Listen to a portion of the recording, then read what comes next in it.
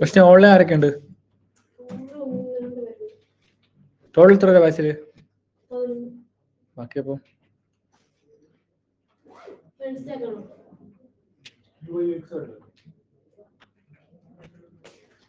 Opposite ആയിരിക്കും.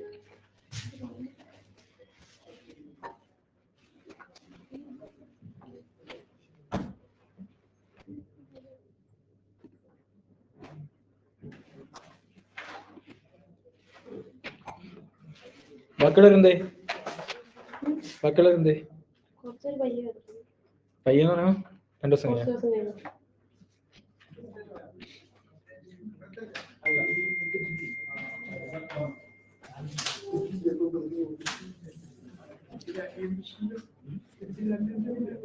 എടാ ഇങ്ങനെ താക്കാൻ പറ്റുമോ? ഇങ്ങനെ താത്ത് അപ്പുറത്ത്. അത് HDMI ആണോ ഇത്? ഇല്ല. അപ്പൊ നീ മറ്റേ കണക്ടർ വാങ്ങിക്കണം. അല്ല വാങ്ങിക്കണം. അത് വൈഫൈ ഉണ്ട്. വൈഫൈ ആക്റ്റീവ് ആവാൻ കുറച്ച് ടൈം എടുക്കും. നീക്ക് ഹോട്ട്സ്പോട്ട് യൂസ് ചെയ്യും. തൽക്കാലം ആദ്യം നമുക്ക് അതിന്റെ ആവശ്യമില്ല. ഇപ്പൊ ചെയ്യണ്ട കേട്ടോ.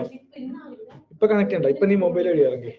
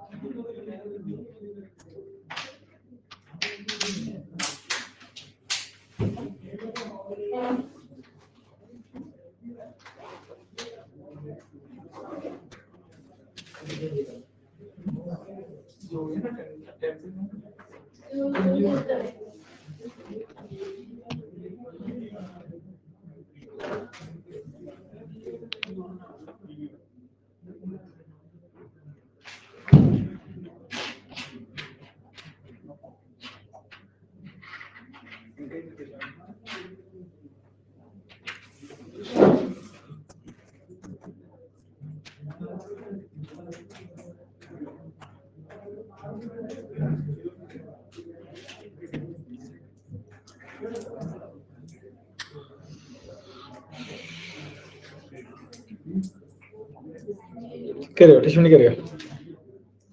നിങ്ങളാണ് കയറിയോ? ടീഷ്മിൻറ്റ് എന്ന് പറഞ്ഞ ആപ്ലിക്കേഷൻ. നീ അമൽരാജാണോ? അമൽരാജാണോ നീ? ഇവരിപ്പോ കയറണോ? ഇവരിപ്പോ ലോഞ്ച് ചെയ്യണോ ടീഷ്മിൻറ്റ്?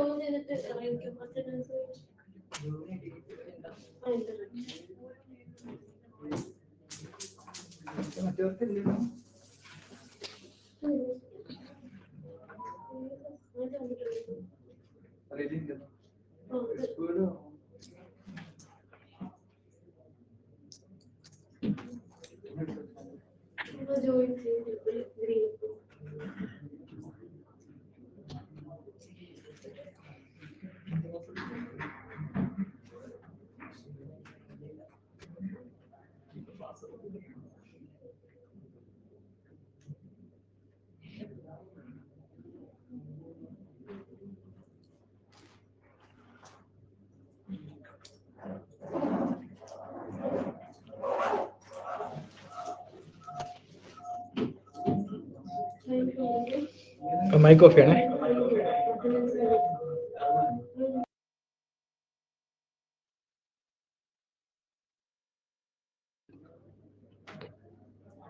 കേറിട്ട് അപ്പൊ തന്നെ ഇറങ്ങിയാലും കുഴപ്പമില്ലേ? സൗണ്ട് പറ. Speaker sound കുറച്ചാ.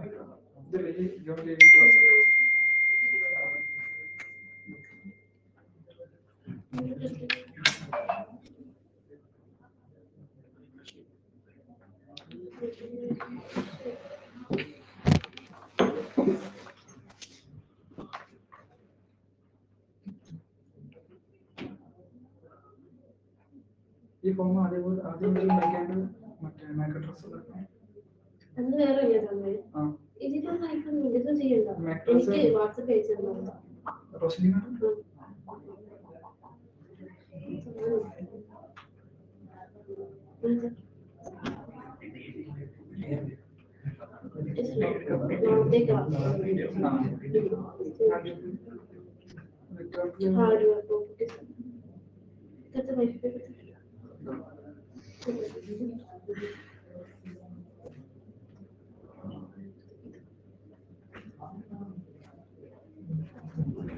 കഴിഞ്ഞോ?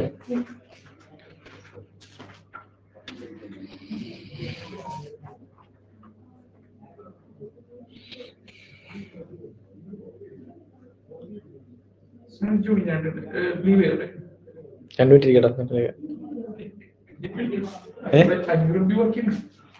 5G അല്ലേ? എങ്കിൽ ഇറങ്ങിയോ? ജിയോ ആണോ? ജിയോ ഒക്കെ ഉണ്ട്. ജിയോ ആണോ? കേട്ടല്ലോ. കുഴപ്പമില്ല, നീ 2 ദിവസം കഴിയുമ്പോൾ നിങ്ങൾക്ക് വൈഫൈ കിട്ടും. പിന്നെ അത് ചെയ്യാം. സ്റ്റാർട്ട് ചെയ്യാം. നാളത്തേക്ക് നീ 2 ദിവസം നിനക്ക് മൊബൈൽ യൂസ് ചെയ്യാൻ പറ്റുമെങ്കിൽ നാളത്തേക്ക് അല്ല, ഇനി നമുക്ക് അങ്ങോട്ട് കുറച്ച് നാളത്തേക്ക് വേണ്ട. കുറച്ച് സാധനം ഡൗൺലോഡ് ചെയ്യാൻ പറഞ്ഞത് ഡൗൺലോഡ് കൊണ്ട് വന്നാലും മതി. പിന്നെ അത് കഴിഞ്ഞാൽ അല്ലെങ്കിൽ ഒരു ചേട്ടാ നിനക്ക് ഹോട്ട്സ്പോട്ട് ഉണ്ടാവല്ലോ, ഇതിന് ലാപ്പിന് ഹോട്ട്സ്പോട്ട് ഉണ്ട്. നീ ഈ വൈഫൈ കണക്ട് ചെയ്തിട്ട് ഹോട്ട്സ്പോട്ട് ഉണ്ടാക്കി കൊടുത്താൽ അവന് കിട്ടും.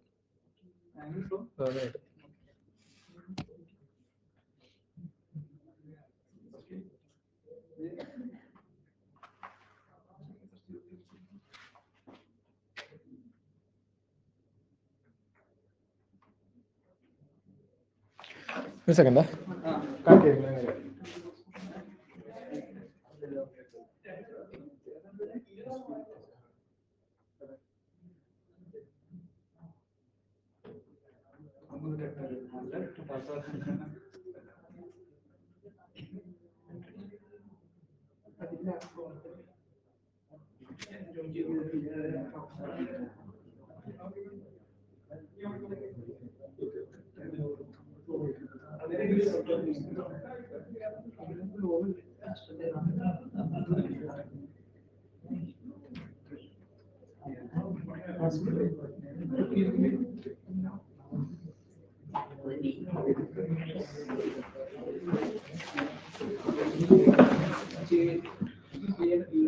നമുക്ക് സ്റ്റാർട്ട് ചെയ്യാം.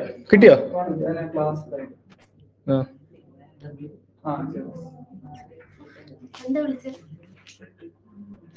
സ്റ്റാർട്ട് ചെയ്യാം.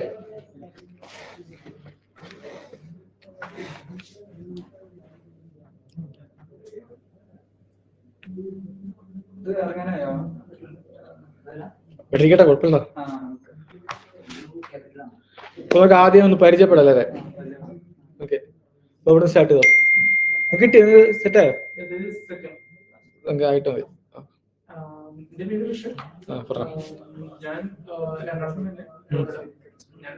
പേര് ഋഷൻ. RIS ചെയ്യാൻ.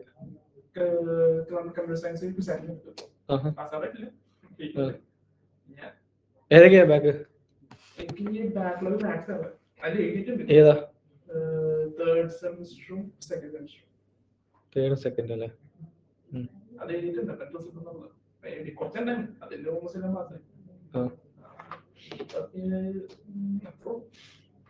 എന്നിട്ട് പ്രോഗ്രാം ചെയ്ത് എന്തെങ്കിലും എക്സ്പീരിയൻസ്?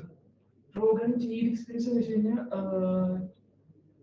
ജാവ കുഴപ്പമില്ല ചെയ്യാൻ. ജാവ സിയും C++ഉം നമ്മുടെ കോളേജിലൂടെ ചെയ്ത് കഴിഞ്ഞിട്ടുണ്ട്. ഒരു 2 ആഴ്ച റിഫ്രഷ് ചെയ്ത് കഴിഞ്ഞാൽ എന്ത് ചെയ്തേക്കെ? പ്രോജക്റ്റ് എല്ലാം ചെയ്തോ? പ്രൊജക്ട് ചെയ്ത എന്തൊരു പ്രോജക്റ്റ്? ഞങ്ങളുടെ inventory management. Inventory product add ചെയ്യുന്നതാണോ? നമ്മള് ഇൻവെന്ററി മാനേജറിന്റെ ആപ്ലിക്കേഷൻ പോലെ. എന്തുവാ? നിങ്ങൾക്കപ്പോ അത് ചെയ്ത് കാണിക്കാൻ വേണ്ടിയാ? പ്രാക്ടിക്കൽ ആണോ? Third year.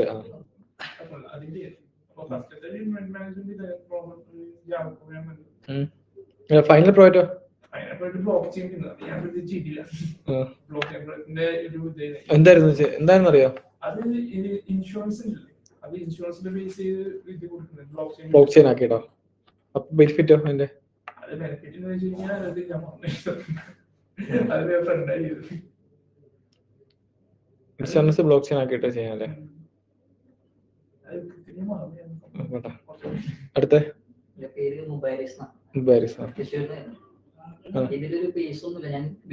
തൃശ്ശൂർ എവിടെയായിട്ടാണ്? പട്ടിക്കാടോ? പാലക്കാട് സൈഡാണോ? തൃശ്ശൂര് മറ്റേ കൊല്ലംകോടൊക്കെ ഇല്ലേ? അല്ല ഒത്തിരി ഉണ്ടോ അവിടുന്ന്? അല്ലേ എത്ര? 60. ആ പറ.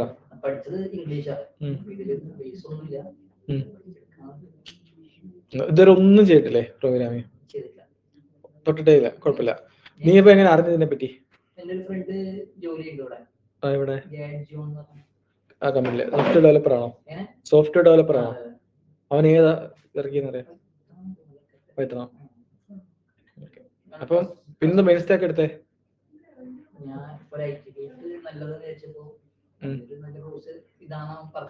Main stack.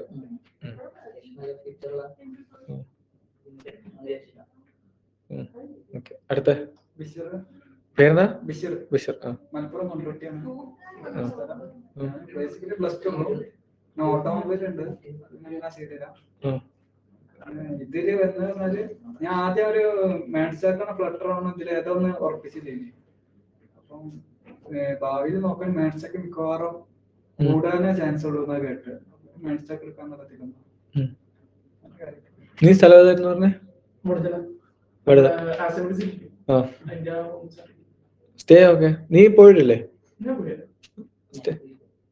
അവിടുന്നോ? എത്ര പേരുണ്ട്? അത്ര ഉള്ളല്ലേ? അപ്പൊ നീ എവിടെ നിന്ന് കയറും? തൃപ്പൂണിത്തുറ സൗത്ത്? നോർത്ത്. അപ്പൊ ഇവിടുന്ന് എങ്ങനെ അങ്ങോട്ട് പോകും? ഇവിടുന്ന് എങ്ങനെ അങ്ങോട്ട് പോകും?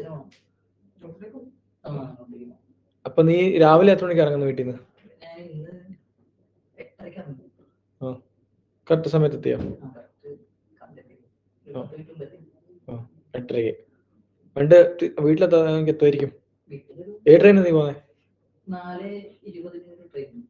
അതിപ്പോ ചെല്ലുമ്പോ 5:30. അപ്പൊ അതിനിടയ്ക്ക് വർക്ക് ചെയ്യാനുള്ള ടൈം നിനക്ക്? വർക്ക് ചെയ്യാൻ നമ്മൾ പറയുന്ന കാര്യം ചെയ്ത് നോക്കണ്ടേ? ചെയ്ത് നോക്കണം. നീ നോർത്ത് ഇറങ്ങിയിട്ട് നോർത്തിൽ നിന്ന് ബസ് മെട്രോ ആണോ? അല്ല, ഇങ്ങോട്ട് വരുമ്പോ നീ നോർത്തിൽ നിന്ന് ബസ് വരുമോ? ബസ്സിൽ എവിടെ വന്ന് ഇറങ്ങും? കാക്കനാട് ഉണ്ടോ? അപ്പൊ കുഴപ്പമില്ലല്ലേ.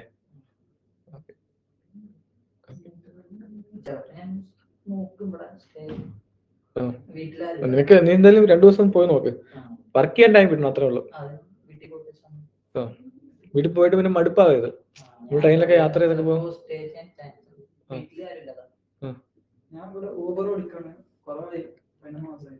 ആണോ? നീ വീട് എവിടെ പറഞ്ഞേ? മലപ്പുറത്തല്ലേ? അപ്പൊ നീ ഇവിടെ സ്റ്റേ ആണ്? എവിടെ? HMD അല്ലേ? പിന്നെ രാവിലെ പാർട്ട് ടൈം ആയിട്ടും പിന്നെ ബാക്കി ഫുള്ളും ഇതിലിരിക്കാനാണ്. അപ്പൊ നീ ഊബർ എപ്പോ ഓടിക്കും? രാവിലെ 2:30 ഒരു 10 വരെ ഊബർ ഓടിക്കും. മറ്റുണ്ടാവും അറിയില്ല, എന്നാലും അങ്ങനെ ഓടിക്കും. വണ്ടി ഏതാ? വണ്ടി വാഗനർ. ആണോ? അതെങ്ങനെ ഉണ്ട്? കുഴപ്പമില്ല. ഇപ്പൊ ഇനിയിപ്പം ഭാവിയിൽ കടലായി വരുള്ളൂ, മെച്ചൊന്നും ഉണ്ടാവില്ല. ഊബർ അല്ലേ? നിനക്ക് അത്യാവശ്യം എത്ര രൂപ കിട്ടുന്നുണ്ട് ഇപ്പൊ? ആദ്യമൊക്കെ ഞാൻ വന്ന ടൈമിലൊക്കെ 3 റുപ്യൊക്കെ എങ്ങനെ ആയാലും 3 റുപ്യന് മേലെ കിട്ടും ഒരു ദിവസം. ഇപ്പൊ അത് കിട്ടാൻ ഭയങ്കര പണിയാണ്. ഒരു ദിവസം 3000 ചോദിച്ചേ? അപ്പൊ അത് ശരിക്കും ലാഭല്ലേ? എനിക്ക് കിട്ടുമ്പോ 1000 കമ്മീഷൻ പൈസ. നിനക്ക് എത്ര രൂപ? 1000 രൂപ. അതങ്ങനല്ലേ? അപ്പൊ എത്ര ഫുൾ ടൈം ഓടുവോ? ലീവ് ഒന്നും ഇല്ലേ? നാട്ടിൽ പോകണതിൽ ആണല്ലേ? നീ ഇതിപ്പം പഠിക്കും. ഇപ്പൊ ഇതിന്റെ ഒരു പ്രശ്നം വെച്ചാൽ നീ പഠിക്കുവാണെങ്കിൽ ഇതിനകത്ത് കമ്മിറ്റഡ് ആയിരിക്കണം. കാര്യം നമുക്ക് ഒരുപാട് ചെയ്തു നോക്കാനൊക്കെ ഉണ്ട്. എന്നാലും ഇത് പഠിക്കാൻ പറ്റത്തുള്ളൂ അല്ലേ? അടുത്ത നീ നിറ്റോ? ആലപ്പുഴ എവിടെ? ചെമ്പക്കുളം. തിരുവല്ല ആഹാ. പിന്നെ പോളിടെക്നിക് പഠിക്കുകയാണ്. ഒരു 4 മാസമായിട്ട് ഇങ്ങനെ വീട്ടിൽ ഞാൻ ട്രൈ ചെയ്യാൻ നോക്കി, ഉം. പറ്റുന്നില്ല. അപ്പം ഇങ്ങോട്ട് വന്നു. വീട്ടിൽ നീ എന്താ ചെയ്യാൻ നോക്കിയൊക്കെ? വീട്ടിൽ ഇരുന്നിട്ട് ഞാൻ പോളി CS തന്നെയായിരുന്നു. അപ്പം അവര് ഇത്ര നാളും എക്സ്ട്രാ പ്രൊജക്ട്സ് ഒന്നും ചെയ്യണമെന്നോ അങ്ങനെയൊന്നും പറഞ്ഞിട്ടൊന്നുമില്ല. ഞാൻ വിചാരിച്ചു അങ്ങനെ പ്ലേസ്മെന്റ് കിട്ടുമെന്ന് വിചാരിച്ചു അവിടുന്ന് അങ്ങനെ കാർപ്പിൽ പഠിക്കുമായിരുന്നു. കാർപ്പിൽ പോളിടെക്നിക് സ്റ്റാൻഡേർഡ് പ്ലേസ്മെന്റ് നോക്കി കയറിയതാണ്. അവിടെ പ്ലേസ്മെന്റ് ഒന്നും കിട്ടിയില്ല. അവിടെ ക്യാമ്പസ് സെലക്ഷൻ ഒന്നും വന്നില്ലേ? വന്ന് ഒരു 3-4 വന്നു. CS വളരെ കുറവായിരുന്നു. അവർക്ക് സ്കില്ലാണല്ലോ വേണ്ടത്. ഇവിടെ സ്കിൽ ആർക്കും ഒന്നും ഇല്ല. പിന്നെ 1-2 തരം ഉള്ളവരെ പ്ലേസ് ആണല്ലേ? സ്കില്ലുള്ളവരൊക്കെ ഒരു അവരങ്ങനെ കുറെ പേര് പോയി. ഞാൻ അവരോടൊക്കെ ചോദിച്ചപ്പം അത് ഇൻസ്റ്റിറ്റ്യൂട്ട് അവർ സജസ്റ്റ് ചെയ്തു. ഇവിടെ വന്നത് ഇവിടെ എന്റെ ഒരു കൂട്ടുകാരൻ പഠിച്ചായിരുന്നു. അവൻ കഴിഞ്ഞ് പാസ് ഔട്ട് ആയി. അവനിപ്പം ജോലിയായി. ഞാൻ അങ്ങോട്ട് ഇവിടെ വന്ന് പഠിക്കാൻ. ടെക് മൈൻസ് പഠിച്ചോ? ഏത് കോഴ്സ് ആയിരുന്നു? പേരെന്താ? നമുക്ക് നോക്കാം.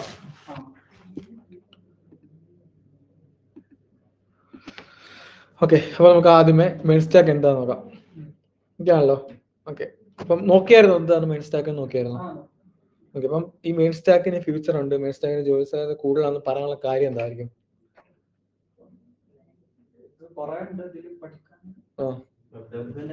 എല്ലാവരും അപ്ലിക്കേഷൻസ് അല്ലേ ഇപ്പൊ ആപ്പെല്ലാം മാറി. എല്ലാവരും വെബിലേക്ക് കയറി. ഇപ്പൊ നമുക്ക് വെബ് ഉപയോഗിക്കുന്നുണ്ടെങ്കിൽ ഇപ്പം ക്യാൻവ ഉപയോഗിക്കുന്ന ഇത് ഇതിനകത്തല്ലേ എല്ലാ ആപ്ലിക്കേഷനും ഉണ്ട്.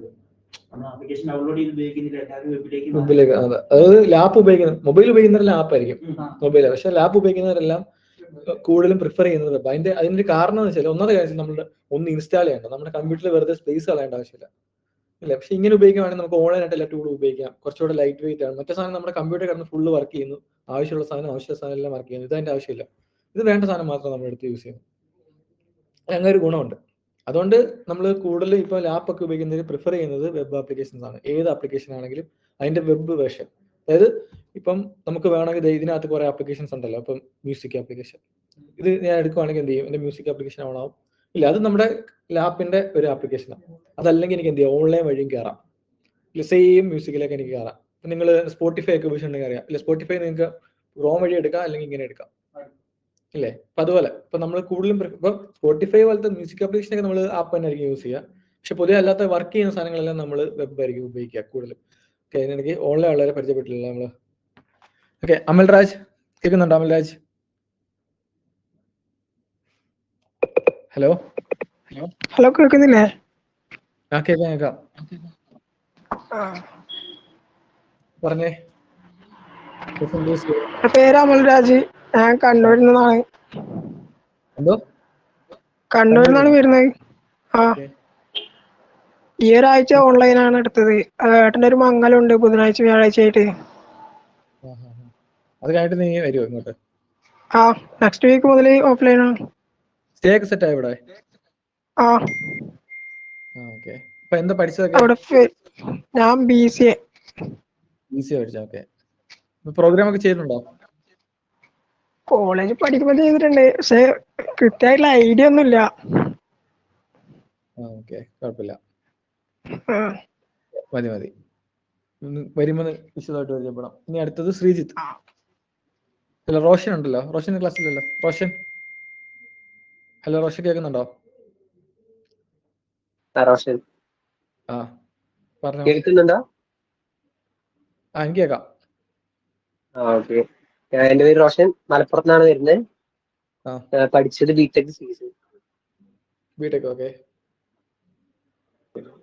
അപ്പം പ്രൊജക്ട് ചെയ്തിട്ടില്ലേ? ചെയ്തിട്ടുണ്ട്. ഏതിലായിരുന്നു ചെയ്ത ഫൈനൽ പ്രൊജക്ട്? ഹെൽത്ത് കെയർ ആപ്പിന്റെ. ഹെൽത്ത് കെയർ ആപ്പ് നീ ചെയ്തായിരുന്നോ? പ്രോഗ്രാം ചെയ്തായിരുന്നോ അതിനകത്ത്?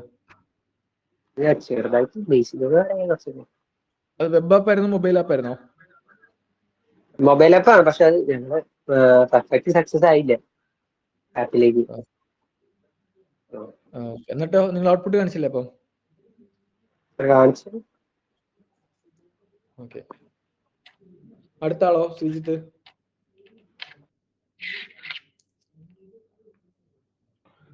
ഹലോ, കേൾക്കുന്നുണ്ടോ? കേക്കാം. പറഞ്ഞോ. എന്റെ പേര് ശ്രീജിത്ത് മോഹൻ. ഞാൻ ആലപ്പുഴയിൽ നിന്നാണ് വരുന്നത്.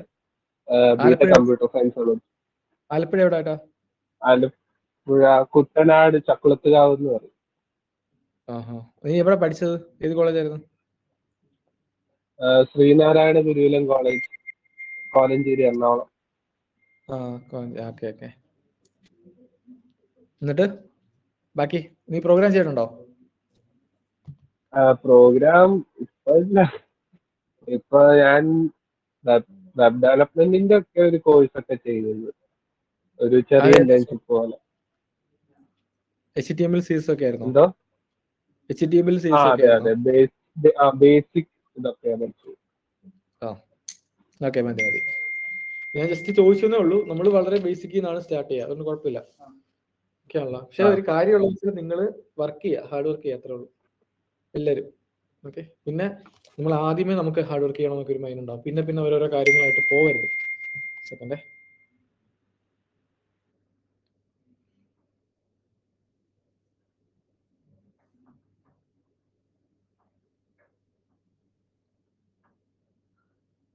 അതുപോലെ നമ്മുടെ ക്ലാസ് ഭയങ്കര ഫ്രീ ആയിട്ടായിരിക്കും നമ്മൾ എടുക്കുക.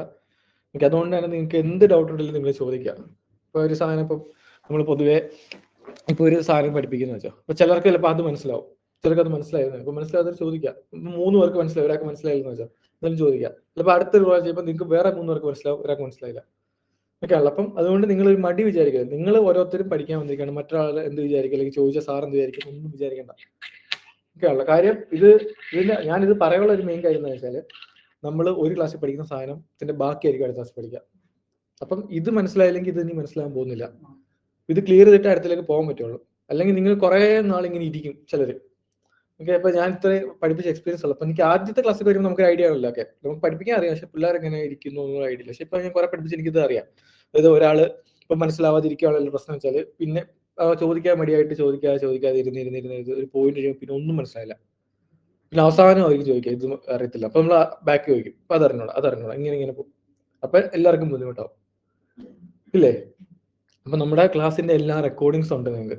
അപ്പൊ നിങ്ങൾ ഓരോ ദിവസം പഠിപ്പിക്കുന്ന കാര്യങ്ങൾ നിങ്ങൾ ചെയ്ത് നോക്കാം. ഇപ്പൊ ഞാൻ ക്ലാസ് റെക്കോർഡ് ചെയ്യുന്നുണ്ട്. അപ്പൊ നിങ്ങൾക്ക് ടീച്ച്മെന്റ് എന്ന് പറഞ്ഞ ആപ്ലിക്കേഷനിൽ കയറി കഴിഞ്ഞാൽ നിങ്ങളുടെ ക്ലാസ് കാണാലോ. ഈ സൈഡിൽ എവിടെ നിങ്ങളുടെ ക്ലാസ് കാണും. ഓക്കെ. അപ്പൊ അതിനകത്ത് സെപ്റ്റംബർ നമ്മുടെ ക്ലാസ് ഒരു ക്ലാസ്സേ ഉള്ളൂ നിങ്ങൾക്ക്. അപ്പൊ നിങ്ങൾക്ക് ഒരു ക്ലാസ് ആണുള്ളൂ. അപ്പം അത് കയറാം. അപ്പൊ അത് ഇങ്ങനെ ഒരു ഇന്റർഫേസ് വരും. ഇതിനകത്ത് റെക്കോർഡിങ്സ് ഒരു ഓപ്ഷൻ ഉണ്ടാവും. അതെടുത്താൽ അവിടെ റെക്കോർഡിങ്സ് വരും. അപ്പൊ നമ്മുടെ ക്ലാസ് കഴിഞ്ഞിട്ട് 1 മണിക്കൂറെ കഴിഞ്ഞ് വരുള്ളൂ. ക്ലോസ് ചെയ്യാനുള്ള ടൈമുണ്ട്. 1-2 മണിക്കൂറിനുള്ളിൽ വരും എന്തായാലും. ഓക്കെ. പിന്നെ നമ്മൾ ഇപ്പൊ എന്തെങ്കിലും സാധനങ്ങളൊക്കെ ആഡ് ചെയ്യുന്നത് ഈ ചാറ്റിലായിരിക്കും വരിക. ആണല്ലോ. ഇപ്പൊ ക്ലോസ് ചെയ്താൽ കുഴപ്പമില്ല. ഇപ്പം നിങ്ങളുടെ അറ്റൻഡൻസ് മാർക്ക് ആവുന്നത് ഈ ആപ്ലിക്കേഷൻ വെച്ചിട്ടാണ്. ക്ലാസ് തുടങ്ങുമ്പോൾ എല്ലാ ദിവസവും തുടങ്ങുമ്പോൾ എല്ലാവരും ഒന്ന് ഇപ്പോൾ ഓൺലൈൻ വരുന്നവർ എന്തായാലും കയറണമല്ലോ. ഓഫ്ലൈൻ ഉള്ളവരാണെങ്കിൽ എന്ത് ചെയ്യുക, ഒന്ന് കയറുക, 2 മിനിറ്റ് ഇട്ടേക്കാം, എന്നിട്ട് നിങ്ങൾ ചെക്ക് ചെയ്യണം അറ്റൻഡൻസ് മാർക്ക് ആയത്. അത് നിങ്ങൾക്ക് ഇവിടെ ഉണ്ട്. വ്യൂ അറ്റൻഡൻസ് സമ്മറി എടുത്തിട്ട് വ്യൂ അറ്റൻഡൻസ് ഇവിടെ നിങ്ങളുടെ അറ്റൻഡൻസ് കാണാൻ പറ്റും. എല്ലാ ദിവസം കഴിഞ്ഞിട്ട് അടുത്ത ദിവസം നോക്കിയാൽ മതി, അപ്ഡേറ്റ് ആവുള്ളൂ. ആയില്ലെങ്കിൽ ഒന്ന് പറയണം. നിങ്ങൾ വന്നിട്ട് നിങ്ങൾക്ക് അറ്റൻഡൻസ് മാർക്ക് ആയില്ലെങ്കിൽ ഒന്ന് പറയണം. കാര്യം അറ്റൻഡൻസ് മാൻഡേറ്ററി ആണല്ലോ നിങ്ങൾക്ക് പ്ലേസ്മെന്റിനൊക്കെ. അപ്പൊ അത് നോക്കാം. ഓക്കെ. അപ്പൊ നമ്മള് പറഞ്ഞു വന്നത് മെയിൻ സ്റ്റാക്ക്. ഓക്കെ. അപ്പൊ എന്റെ പേര് അറിയാം നിങ്ങൾക്ക്, വിഷ്ണു. ഓക്കെ. അതാണ്. അപ്പൊ ഞാൻ സോഫ്റ്റ്വെയർ ഡെവലപ്പർ ആയിട്ട് വർക്ക് ചെയ്തതാണ്. എന്നിട്ട് ഞാനും എന്റെ കുറച്ച് ഫ്രണ്ട്സും കൂടെ ചേർന്നിട്ട് ഞങ്ങൾ വേറൊരു ഒരു ഫേം ബിൽഡ് ചെയ്യാൻ വേണ്ടി ഇറങ്ങിയ ടൈമിൽ ഇതേപോലെ. അപ്പൊ ഞങ്ങൾക്ക് ഒരു ഐഡിയ ഉണ്ട്. പക്ഷെ നിങ്ങൾക്ക് ഇപ്പൊ നമ്മൾ ഉദ്ദേശിച്ചെന്ന് വെച്ചാൽ നമ്മൾ ആ ഒരു ഐഡിയ ഫോക്കസ് ചെയ്യുക, എന്നിട്ട് നമ്മൾ ഈ അല്ലാതെ വർക്ക് ചെയ്തിട്ട് പൈസ ഉണ്ടാക്കിയിട്ട് ഇതിലേക്ക് ആഡ് ചെയ്യാനുള്ളൂ. അപ്പം അങ്ങനെയായിരുന്നു കുറച്ചാണ് ചെയ്തോണ്ടിരുന്നത്. അപ്പൊ പിന്നെ വീട്ടിലെ പ്രശ്നം ഉണ്ടല്ലോ, നമുക്ക് എല്ലാവർക്കും ഉള്ള പ്രശ്നമാണല്ലോ. അപ്പൊ വീട്ടിൽ ഓരോരോ പ്രശ്നമായപ്പോഴത്തേക്കും ഇപ്പൊ വീട്ടിലേക്ക് പൈസ കൊടുക്കണം, ഇപ്പൊ നമ്മുടെ ഈ പ്രൊഡക്റ്റിൽ സപ്പോർട്ട് ചെയ്യാൻ പറ്റുന്നില്ല. അങ്ങനെ ആയപ്പോഴാണ് ഞങ്ങൾ ഇങ്ങോട്ട് ഇങ്ങനെ അതായത് പഠിപ്പിക്കുന്നുണ്ട് എന്നാൽ ഞങ്ങളുടെ വർക്കും ചെയ്യുന്നുണ്ട്. അപ്പൊ ആ ലെവലിൽ നിൽക്കുക. അപ്പം നമുക്ക് അതിനുള്ള സപ്പോർട്ടും കിട്ടും, ഇതിനുള്ള പൈസയും കിട്ടും. അങ്ങനെയാണ് ഞാനിപ്പോൾ ഇവിടെ നിൽക്കുന്നത്. ഓക്കെ ആണല്ലോ. അപ്പൊ നിങ്ങൾക്ക് എന്ത് ഡൗട്ടുണ്ടെങ്കിലും ചോദിക്കാം. ഓക്കെ. അതൊന്നും ഒരു പ്രശ്നമല്ല. നിങ്ങൾ മടി വിചാരിക്കരുത്, അത്രേ ഉള്ളൂ. പിന്നെ വളരെ ഫ്രീ ആയിട്ട് ഇടപെടുക ക്ലാസ്സിൽ. ഓക്കെ ആണല്ലോ. ഓക്കെ. അപ്പം ഫസ്റ്റ് കാര്യം എന്താണ് മെയിൻ സ്റ്റാക്ക്. ഇപ്പൊ മെയിൻ സ്റ്റാക്കിൽ ജോലി കിട്ടാനുള്ള പറഞ്ഞൊരു പോയിന്റ് ഉണ്ട്. അതുപോലെ ഒരു പോയിന്റ് എന്ന് വെച്ചാൽ ഇതിനകത്ത് കുറെ ടെക്നോളജികളുണ്ട്. ഓക്കെ ആണല്ലോ. അപ്പൊ നിങ്ങൾക്ക് MongoDB എന്ന് പറഞ്ഞ ഡേറ്റാബേസ് ഇപ്പൊ മെയിൻ സ്റ്റാക്കിന് നമുക്ക് നോക്കാം. അപ്പൊ ആദ്യം എന്താ ഇതൊരു ഡാറ്റാബേസ് എന്ന് പറഞ്ഞാൽ എന്താ? അല്ല നമുക്ക് പറയാം. സ്റ്റോർ ചെയ്യാൻ വേണ്ടി നമ്മുടെ ഡാറ്റ സ്റ്റോർ ചെയ്യാനുള്ള ഒരു സാധനം സാധനം മാനേജ് ചെയ്യാൻ വേണ്ടി ഉപയോഗിക്കുന്ന പോട്ടെ, നമുക്കിത് നോക്കാം. പക്ഷെ അതിപ്പോൾ നോക്കാം. അങ്ങനെ ഇപ്പൊ MongoDB എന്ന് പറഞ്ഞ ഡാറ്റാബേസ് ഉണ്ട്. എന്ന് പറഞ്ഞ എക്സ്പ്രസ് വേറെ ടെക്നോളജിയാണ്, അത് നോക്കാം എന്താണ്. പിന്നെ റിയാക്ട് എന്ന് പറഞ്ഞ വേറെ ടെക്നോളജി അതുണ്ട്. പിന്നെ നോഡ് ഉണ്ട്, അതും ഒരു സാധനം. അപ്പം നമുക്ക് ഇവിടെ റിയാക്ട് ഡെവലപ്പറായിട്ട് കയറാം, നോഡ് ഡെവലപ്പറായിട്ട് കയറാം, എക്സ്പ്രസ് ഡെവലപ്പറായിട്ട് കയറാം, ഇല്ലേ? MongoDB ഡാറ്റാബേസ് അറിയാമെങ്കിൽ അങ്ങനെയും കയറാം. അപ്പം ഡാറ്റാബേസ് അറിയാമെങ്കിൽ എന്തെങ്കിലും നോഡിലൂടെ ഒന്ന് പഠിക്കണം. അപ്പം അങ്ങനെയൊക്കെ നമുക്ക് ഒരുപാട് ഓപ്പർച്യൂണിറ്റി ഉണ്ട്. ജാവാസ്ക്രിപ്റ്റ് ഡെവലപ്പറായിട്ട് കയറാം, ഫ്രണ്ട് എൻഡ് ഡെവലപ്പറായിട്ട് കയറാം, ഫുൾ സ്റ്റാക്ക് ഡെവലപ്പറായിട്ട് കയറാം, ബാക്ക് എൻഡ്. അങ്ങനെ കുറെ ഓപ്ഷൻസ് ഉണ്ട് ഇതിനകത്ത്. അതാണ് ഈ മെയിൻ സ്റ്റാക്ക്. എനിക്ക് തോന്നുന്നു അതാണ് ഇപ്പം ഏറ്റവും കൂടുതൽ ആൾക്കാരെ മെയിൻ സ്റ്റാക്കിന് എടുക്കുന്നത്. കാര്യം ഇവർക്ക് ഇതെല്ലാം അറിയാം. ഓക്കെ, അതാണ് ഒരു ഗുണം. അപ്പൊ നമുക്ക് ആദ്യം നോക്കാം. അപ്പൊ നോക്കിയേ, മെയിൻ സ്റ്റാക്കിനകത്ത് വായിച്ചു നോക്കിയേ, സ്റ്റാൻഡ്സ് ഫോർ MongoDB എക്സ്പ്രസ് എന്ന് പറഞ്ഞു.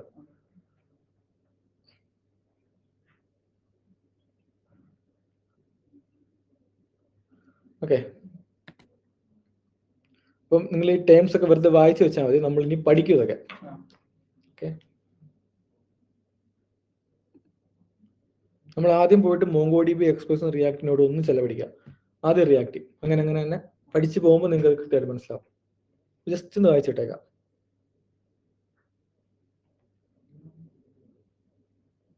ആ ടൈംസ് ഒന്നും മനസ്സിലാവില്ല, പോട്ടെ, അതൊന്നും നോക്കണ്ട, ചുമ്മാ ഒന്ന് വായിച്ചാൽ മതി.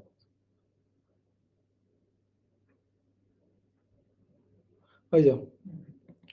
ഓക്കെ, ഇനിയാണ് സംഭവം. അതായത് നമ്മൾ എന്തിനാണ് ഈ മെയിൻ സ്റ്റാക്ക് പഠിക്കുന്നത്? വെബ് ഡെവലപ്മെന്റ് ഇല്ലേ? വെബ് എന്ന് പറഞ്ഞാൽ എന്താ? വെബ് ഡെവലപ്മെന്റ് എന്ന് പറഞ്ഞാൽ എന്താ ഉദ്ദേശിക്കുന്നത്? വെബ്സൈറ്റ് ബിൽഡ് ചെയ്യുക, ഇത്രേ ഉള്ളൂ. അതാണ് വെബ് ഡെവലപ്മെന്റ്. വെബ്സൈറ്റുകൾ ബിൽഡ് ചെയ്യുക. അപ്പൊ നിങ്ങൾക്ക് അറിയാവുന്ന ഒരു 3-4 വെബ്സൈറ്റ് പറഞ്ഞേ.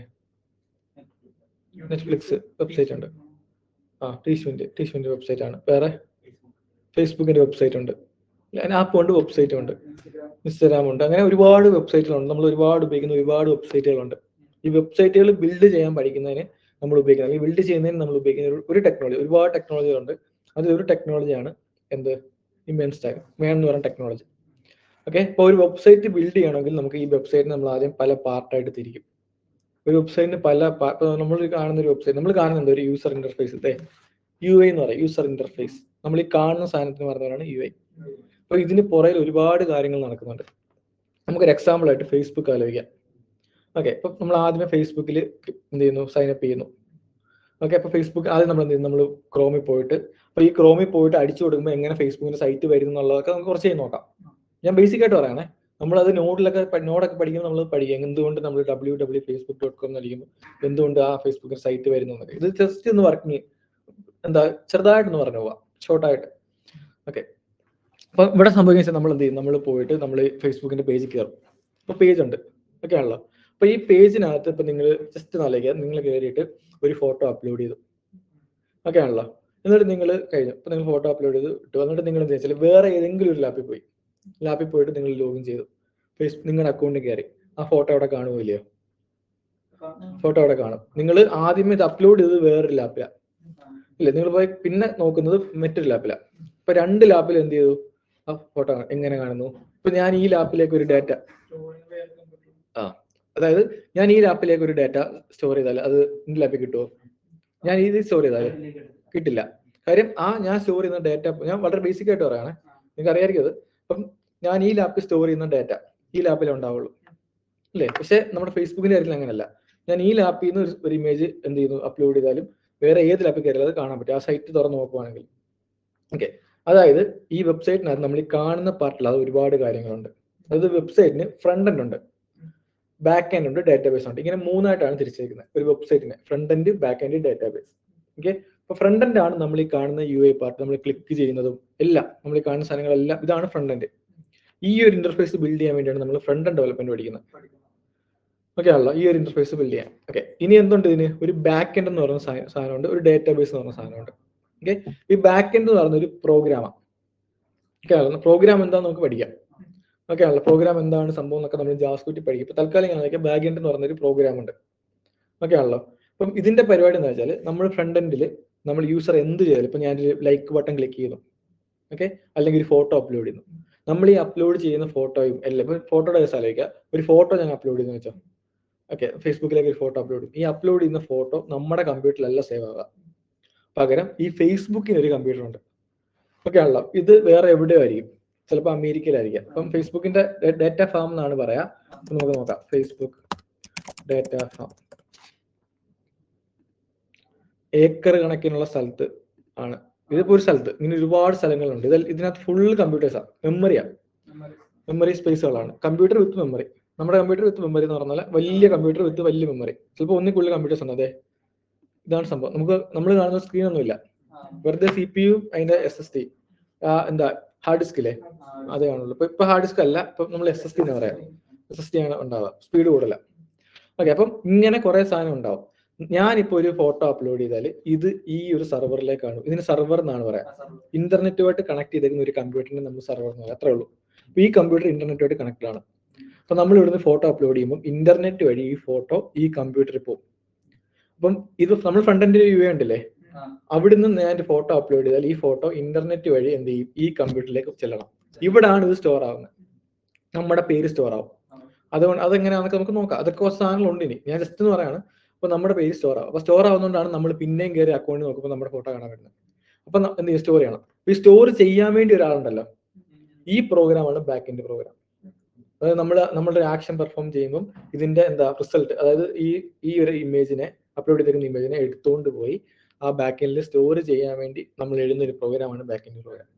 ഇമേജിന്റെ കേസ് മാത്രമല്ല, ഒരുപാട് കാര്യങ്ങൾ ബാക്ക് എൻഡ് പ്രോഗ്രാം ചെയ്യുന്നുണ്ട്. അതിനകത്ത് ഒരു കാര്യമാണ് ഇത്. ഓക്കെ ആണല്ലോ. ഇനി ഇത് സ്റ്റോർ ചെയ്യണമല്ലോ. ഇപ്പൊ നമ്മുടെ കമ്പ്യൂട്ടറിൽ നമുക്കൊരു ഡാറ്റ സ്റ്റോർ ചെയ്യാം അല്ലേ. ഇപ്പൊ നമ്മുടെ ഇതിന്റെയൊക്കെ ഒരു പ്രത്യേകത വെച്ചാൽ ലക്ഷക്കണക്കിന് യൂസേഴ്സ് ആണ് ഡാറ്റ സ്റ്റോർ ചെയ്യുന്നത് അല്ലേ. അപ്പൊ ഈ ഡാറ്റ നമ്മൾ സ്റ്റോർ ചെയ്യുമ്പോൾ വളരെ എഫിഷ്യന്റ് ആയിട്ട് സ്റ്റോർ ചെയ്യണം. അത് ഏറ്റവും കുറഞ്ഞ സ്പേസിൽ ഏറ്റവും പെട്ടെന്ന്. ഇപ്പൊ നമ്മൾ ഫേസ്ബുക്കിൽ ലോഗിൻ ചെയ്യുന്ന അപ്പൊ തന്നെ ഫോട്ടോ കാണാം അല്ലേ. അമേരിക്കയിൽ എവിടെ ഇരിക്കുന്ന ഒരു കമ്പ്യൂട്ടറിനകത്ത് ലക്ഷക്കണക്കിന് ഡാറ്റ ഉണ്ടായിരുന്നു. നമ്മുടെ ഡാറ്റ എടുക്കണം, നമ്മൾ കയറി ക്ലിക്ക് ചെയ്യുമ്പോൾ അപ്പൊ തന്നെ ഡാറ്റ കിട്ടും. ആ ഒരു സെക്കൻഡ് കിട്ടാൻ വേണ്ടി ഒരുപാട് ലോജിക്കൽ കോഡുകൾ എഴുതിച്ചിട്ടുണ്ട്. അതായത് നമ്മൾ എന്ത് ചെയ്യുന്നു, നമ്മൾ ഒരു ഡാറ്റാബേസ് അല്ല, ഒരു മെമ്മറി നല്ലേക്കാം. മെമ്മറിയിൽ ഒരു ഡാറ്റ സ്റ്റോർ ചെയ്യുന്നുണ്ടെങ്കിൽ ഒന്നാമത്തെ കാര്യം ഏറ്റവും സൈസ് കുറച്ച് ഏറ്റവും എന്താ എഫിഷ്യന്റ് ആയിട്ട് സ്റ്റോർ ചെയ്യണം. രണ്ടാമത്തെ കാര്യം ഏറ്റവും എളുപ്പം അത് എടുക്കാൻ പറ്റണം. ഓക്കെ, എളുപ്പം നല്ല ശരി. ഈ മുറി മൊത്തം കുറെ ഫോട്ടോസ് ആണെന്ന് വെച്ചാൽ ഞാൻ ചുമ്മാ ഒരു ഫോട്ടോ വലിച്ചെറിയാന്ന് വെച്ചാൽ എവിടെയെങ്കിലും കിടക്കും. ഇപ്പൊ എനിക്കത് പെട്ടെന്ന് എടുക്കണം. അപ്പൊ ഞാൻ എന്ത് ചെയ്യും, പോയി എല്ലാവരും തപ്പണം. പക്ഷെ ഞാൻ അവിടെ പോയിട്ട് കൃത്യമായിട്ട് എഫിഷ്യന്റ് ആയിട്ട് ഇന്ന ഫോട്ടോ, അപ്പൊ ഒരു എന്താ പേരൊക്കെ എഴുതി ഇന്ന സയൻസിന്റെ ഫോട്ടോസ് അല്ലേ ഇവിടെ, അല്ലെങ്കിൽ വേറെ ഫോട്ടോസ് അല്ല അവിടെ, അനിമൽസിന്റെ ഫോട്ടോസ്. അപ്പൊ അങ്ങനെയൊക്കെ നമ്മളൊരു സെറ്റപ്പ് ചെയ്ത് വെക്കുവാണെങ്കിൽ പെട്ടെന്ന് എടുക്കാൻ പറ്റും ഇല്ലേ. അപ്പൊ ആ ഒരു സെറ്റപ്പിൽ നമ്മുടെ ഡാറ്റ സ്റ്റോർ ചെയ്യാൻ വേണ്ടിയാണ് നമ്മൾ ഡാറ്റാബേസ് എന്ന് പറയുന്ന കൺസെപ്റ്റ്. അതൊരു പ്രോഗ്രാം. ആക്ച്വലി ഡാറ്റാബേസ് എന്ന് പറഞ്ഞ ഒരു പ്രോഗ്രാം ഉണ്ട്. പ്രോഗ്രാം വിത്ത് മെമ്മറിയാണ് ഡാറ്റാബേസ്. ആ മെമ്മറിക്കും ഈ പ്രോഗ്രാമിനോട് ഡാറ്റാബേസ് എന്ന് പറയും.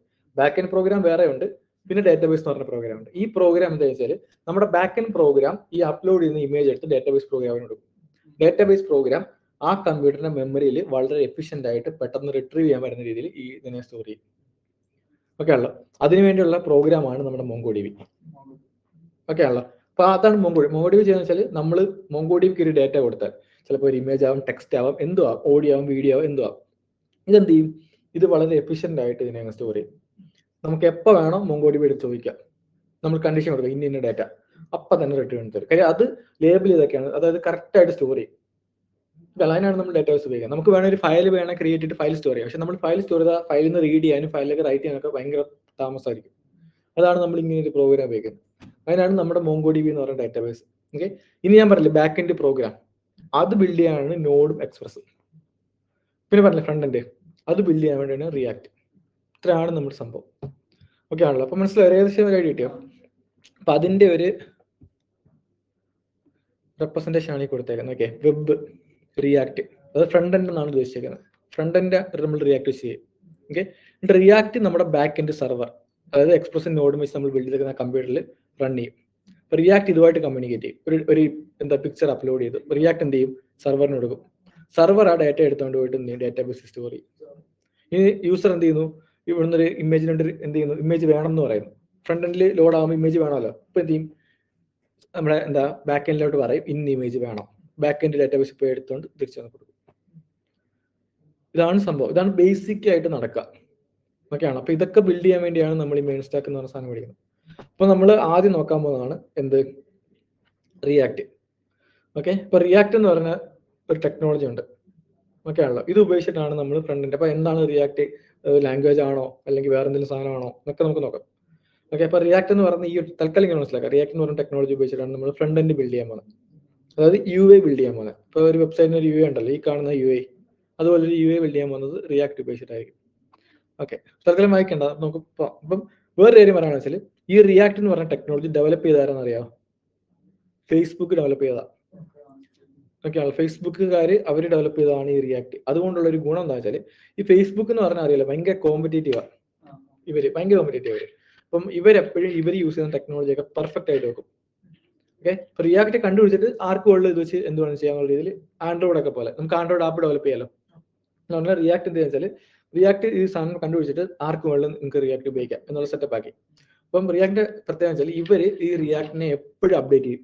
പുതിയ പുതിയ സാധനങ്ങൾ വരുമ്പോൾ പുതിയ രീതിയിൽ ഫാസ്റ്റ് ആക്കും, ബെറ്റർ ആക്കും, അങ്ങനെ ആക്കിക്കൊണ്ടിരിക്കും. അപ്പൊ നമ്മളിത് പഠിച്ചുള്ള ഗുണം അതാണ് പറയുന്നത്. ഇപ്പം ഫ്യൂച്ചറിലേക്ക് ഇതിന് ഭയങ്കര സ്കോപ്പ് ഉണ്ടെന്ന് പറയാം. കാര്യം ഫേസ്ബുക്കുകാർ തന്നെ ബെറ്റർ ആയിക്കൊണ്ടിരിക്കും. ഒരിക്കലും അവർ താഴെ പോകത്തില്ല. അപ്പൊ പല ലാംഗ്വേജുകൾ, ഇപ്പൊ പല സാധനങ്ങൾ റിയാക്ട് പോലെ വേറെ ടെക്നോളജികൾ ഉണ്ടാവും, പണ്ടുണ്ടായിരുന്നു. അപ്പം ഇതിന്റെയൊക്കെ പ്രശ്നം വെച്ചാൽ ഒരു പോയിന്റ് കഴിയുമ്പോൾ പിന്നെ ഇതിന് സപ്പോർട്ട് ചെയ്യാൻ അറിയില്ല, പിന്നെ ഒന്നും നമുക്ക് പുതിയ സാധനങ്ങളൊന്നും ആഡ് ചെയ്യാൻ പറ്റില്ല. അപ്പൊ അത് പഠിച്ചതെല്ലാം വേസ്റ്റ് ആയി ഇല്ല. അപ്പൊ റിയാക്ട് അങ്ങനെ വരത്തില്ല എന്ന് നമുക്ക് പ്രതീക്ഷിക്കാം. ഫേസ്ബുക്ക് ആണ്, നമുക്കൊന്നും പറയാൻ പറ്റത്തില്ലല്ലോ അപ്പം നമുക്ക് എന്താണ് സംഭവിക്കുന്നത് പറയാം. പക്ഷെ നമ്മൾ ഇതുവരെ ഉള്ളത് വെച്ച് നോക്കുകയാണെങ്കിൽ ഫേസ്ബുക്ക് ആണ്. അപ്പൊ അവര് എന്തായാലും ഇതിനെ മുമ്പോട്ട് കൊണ്ടുപോകും. കാര്യം ഇവരുടെ എല്ലാ പ്രൊഡക്റ്റും റിയാക്ടില്ല. നമ്മൾ ഫേസ്ബുക്ക്, ഇൻസ്റ്റാഗ്രാം, ഇതിന്റെ എല്ലാ വെബ്സൈറ്റും റിയാക്ടില്ല. പിന്നെ ഇവരുടെ എല്ലാ ആപ്പും റിയാക്ട് നേറ്റീവ് എന്ന് പറഞ്ഞ് വേറൊരെണ്ണമുണ്ട്, അതാണ് ആപ്പ്. റിയാക്ട് പഠിച്ചാൽ വേറൊരു ഗുണമുള്ള വെച്ചാൽ റിയാക്ട് നേറ്റീവ് പഠിക്കാൻ എളുപ്പമായിരിക്കും. ഓക്കെ ആണല്ലോ. അപ്പൊ നമ്മൾ റിയാക്ട് പഠിച്ചു കഴിഞ്ഞാൽ ചിലപ്പോൾ ഒരാഴ്ച കൊണ്ട് നിങ്ങൾക്ക് റിയാക്ട് നേറ്റീവ് പഠിക്കാം. ഓക്കെ, അപ്പൊ അങ്ങനെ ഒരു ഗുണമുണ്ട്. കാര്യം റിയാക്ട് നമ്മൾ ചെയ്യുന്ന അതേ പരിപാടിയാണ് റിയാക്ട് നേറ്റീവിൽ, ചെറിയ വ്യത്യാസങ്ങളേ ഉള്ളൂ. ഓക്കെ ആണല്ലോ. അപ്പൊ അത് പഠിക്കണം. പക്ഷെ ആ ചെറിയ വ്യത്യാസങ്ങൾ ഉണ്ടെങ്കിൽ ഇത് പറഞ്ഞാൽ എന്ത് വർക്കാവുള്ളൂ. അപ്പൊ അതൊന്ന് പഠിക്കണം. അത് പഠിച്ചു കഴിഞ്ഞാൽ അത് എളുപ്പമായിരിക്കും. അപ്പൊ അതാണ് ഇതിന്റെ ഒരു പ്രത്യേകത. ഓക്കെ, ഇനി അടുത്താണ് എക്സ്പ്രസീവ് നോഡ്. തൽക്കാലം ഇങ്ങനെ മനസ്സിലാക്കുക, ഇത് രണ്ടും ഉപയോഗിച്ചാണ് ബാക്ക് എൻഡ് ബിൽഡ് ചെയ്യുന്നത്. ഓക്കെ ആണ്. അപ്പം നമ്മൾ ആദ്യം ഫ്രണ്ട് എൻഡ് ആയിരിക്കും പഠിക്കുക, പിന്നെ ബാക്ക് എൻഡിലേക്ക് പോകുള്ളൂ. അപ്പൊ ഞാനത് വിശദമായിട്ട് നമുക്ക് പറയാം. ഓക്കെ, അടുത്താണ് പറഞ്ഞത് MongoDB. അതെന്താ? ഡേറ്റാബേസ് ആണ്. അപ്പം ഇതൊരു പ്രോഗ്രാം ആണ്, ഇതൊരു സാധനമാണ് വർക്ക് ചെയ്യുന്നതുകൊണ്ടിരിക്കുന്ന ഒരു പ്രോഗ്രാം നോക്കാം നമുക്ക്. പിന്നെ ഒരു മെമ്മറി ഉണ്ട്. ഈ പ്രോഗ്രാമിലേക്കാണ് നമ്മൾ ഡാറ്റ കൊടുക്കുക. അപ്പൊ ഇതെന്ത് ഈ മെമ്മറിയിലേക്ക് സ്റ്റോർ ചെയ്യും, റിട്രീവ് ചെയ്യും, ഇതെല്ലാം ചെയ്യും. ഓക്കെ, അപ്പൊ നമ്മൾ ആദ്യം പഠിക്കാൻ പോകുന്നത് എന്താ? റിയാക്ട്. അപ്പൊ നമ്മൾ റിയാക്ട് പഠിക്കണമെങ്കിൽ കുറച്ച് കാര്യങ്ങളുണ്ട്. നമ്മൾ റിയാക്ട് വെച്ചിട്ട് നമുക്കൊരു ഫ്രണ്ട് എൻഡ് ക്രിയേറ്റ് ചെയ്യണമെങ്കിൽ നമ്മൾ കുറച്ച് കാര്യങ്ങൾ പഠിക്കണം. ഒന്നാമത്തെ ആണ് എന്ത്? HTML. ഇപ്പൊ ഇവിടെ ബേസിക് നോളജ് കൊടുത്തെങ്കിൽ നമ്മൾ അഡ്വാൻസ് ലെവൽ തന്നെ പഠിക്കുന്നുണ്ട്. ഓക്കെ, അപ്പൊ നമുക്ക് റിയാക്ട് യൂസ് ചെയ്യണമെങ്കിൽ നമുക്ക് എന്ത് ചെയ്യണം? HTML CSS വേണം. ഒരു ബേസിക് ലെവലിൽ എന്തോ ഐഡിയ അല്ലടാ, അത് എപ്പോഴും നോക്കാം. ഐഡിയ അല്ല റിയാക്ട്, അത് റിയാക്ട് നേറ്റീവിന് ഒരു ഐഡിയ ഉണ്ട്. ഓക്കെ, ഇതല്ല, അത് ഞാൻ പറയാം എന്താ ഐഡിയ എന്നുള്ളത്. അല്ലടാ, ലാംഗ്വേജ് ഇതൊന്നും റിയാക്ട് ലാംഗ്വേജ് അല്ല, react native language. React native എന്ന് പറഞ്ഞാല് നമ്മുടെ മൊബൈൽ ആപ്പ് ബിൽഡ് ചെയ്യാൻ വേണ്ടി ഉപയോഗിക്കുന്ന ടെക്നോളജി എന്നാലേക്ക്. ഓക്കെ ആണല്ലോ. അതാണ് സംഭവം. ഓക്കെ, അപ്പം HTML CSS. ഇപ്പൊ റിയാക്ട് എന്ന് പറഞ്ഞാൽ ഫ്രണ്ട് എൻഡ് ബിൽഡ് ചെയ്യാൻ വേണ്ടിയുള്ള ടെക്നോളജി. ഇപ്പൊ നമുക്ക് റിയാക്ട് പഠിക്കുമ്പോൾ നിങ്ങൾക്ക് മനസ്സിലായി എന്താ സംഭവം എന്നുള്ളത്. ഓക്കെ, അപ്പം ഇതാണ് HTML CSS. നമുക്ക് HTML CSS എന്ന് പറഞ്ഞ സാധനമാണ്. അത് കേട്ടോ നീ?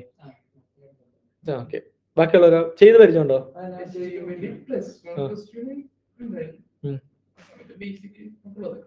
നിനക്ക് അല്ലാതെ ഇല്ലായിരുന്നു, എഞ്ചിനീയറിംഗ് ഇല്ലായിരുന്നോ? നിനക്ക് വെബ് ടെക്നോളജി എന്ന് പറഞ്ഞിട്ടില്ലായിരുന്നോ? വെബ് ടെക്നോളജി അങ്ങനെ ഉണ്ടായിരുന്നില്ല, HTML ഉണ്ടായിരുന്നില്ല. ഞങ്ങൾ C തുടങ്ങി, പിന്നെ C++, ജാവ, പിന്നെ പൈത്തൺ അങ്ങനെ ഉള്ളായിരുന്നല്ലേ? വെബ് ടെക്നോളജി പറഞ്ഞ പേപ്പർ ഇല്ലായിരുന്നോ? വെബ് ടെക്നോളജി പേപ്പർ ഉണ്ടായിരുന്നു, പക്ഷെ ഇതിൽ തിയറി ആണ് നമ്മുടെ ഇത് പറയുന്നില്ലേ HTML CSS പ്രോഗ്രാമിംഗ് ആയിട്ട് ഉണ്ടായിരുന്നില്ല. അല്ല പറയുന്നുണ്ടല്ലേ? തിയറി ആയിട്ടുണ്ടോ? തിയറി ആയിട്ടുണ്ടായിരുന്നു, മീൻസ് വെബ് ഡെവലപ്മെന്റും പിന്നെ മൊബൈൽ കമ്പ്യൂട്ടിംഗ് ഒക്കെ പറഞ്ഞ് വെബിന്റെ അതിന്റെ ഇതൊക്കെ ഉണ്ടായിരുന്നു. മീൻസ് MongoDB അതൊക്കെ ഡാറ്റാബേസ് മാനേജ്മെന്റ് അങ്ങനെ DBMS ഉണ്ടായിരുന്നു. DBMS അത് ഏതായിരുന്നു? SQL ആയിരുന്നോ? അത് നിങ്ങൾ മറ്റേ MySQL ആണോ ചെയ്തോണ്ടിരുന്നത്? അതെങ്ങനെയുണ്ട്? അത് MySQL നിനക്ക് പ്രാക്ടിക്കൽ ആയിരുന്നോ അതോ തിയറി ആയിരുന്നോ? തിയറി ഉണ്ടായിരുന്നു, പ്രാക്ടിക്കൽ ഉണ്ടായിരുന്നു.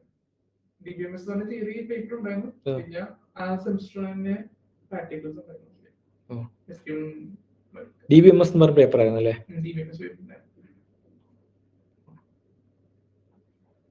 ഓക്കെ, അടുത്ത് നോക്കാം. അടുത്തത് എന്താ വേണ്ടേ? Knowledge in JavaScript. ജാവാസ്ക്രിപ്റ്റ് എന്താണെന്ന് നോക്കിയിട്ടുണ്ടോ?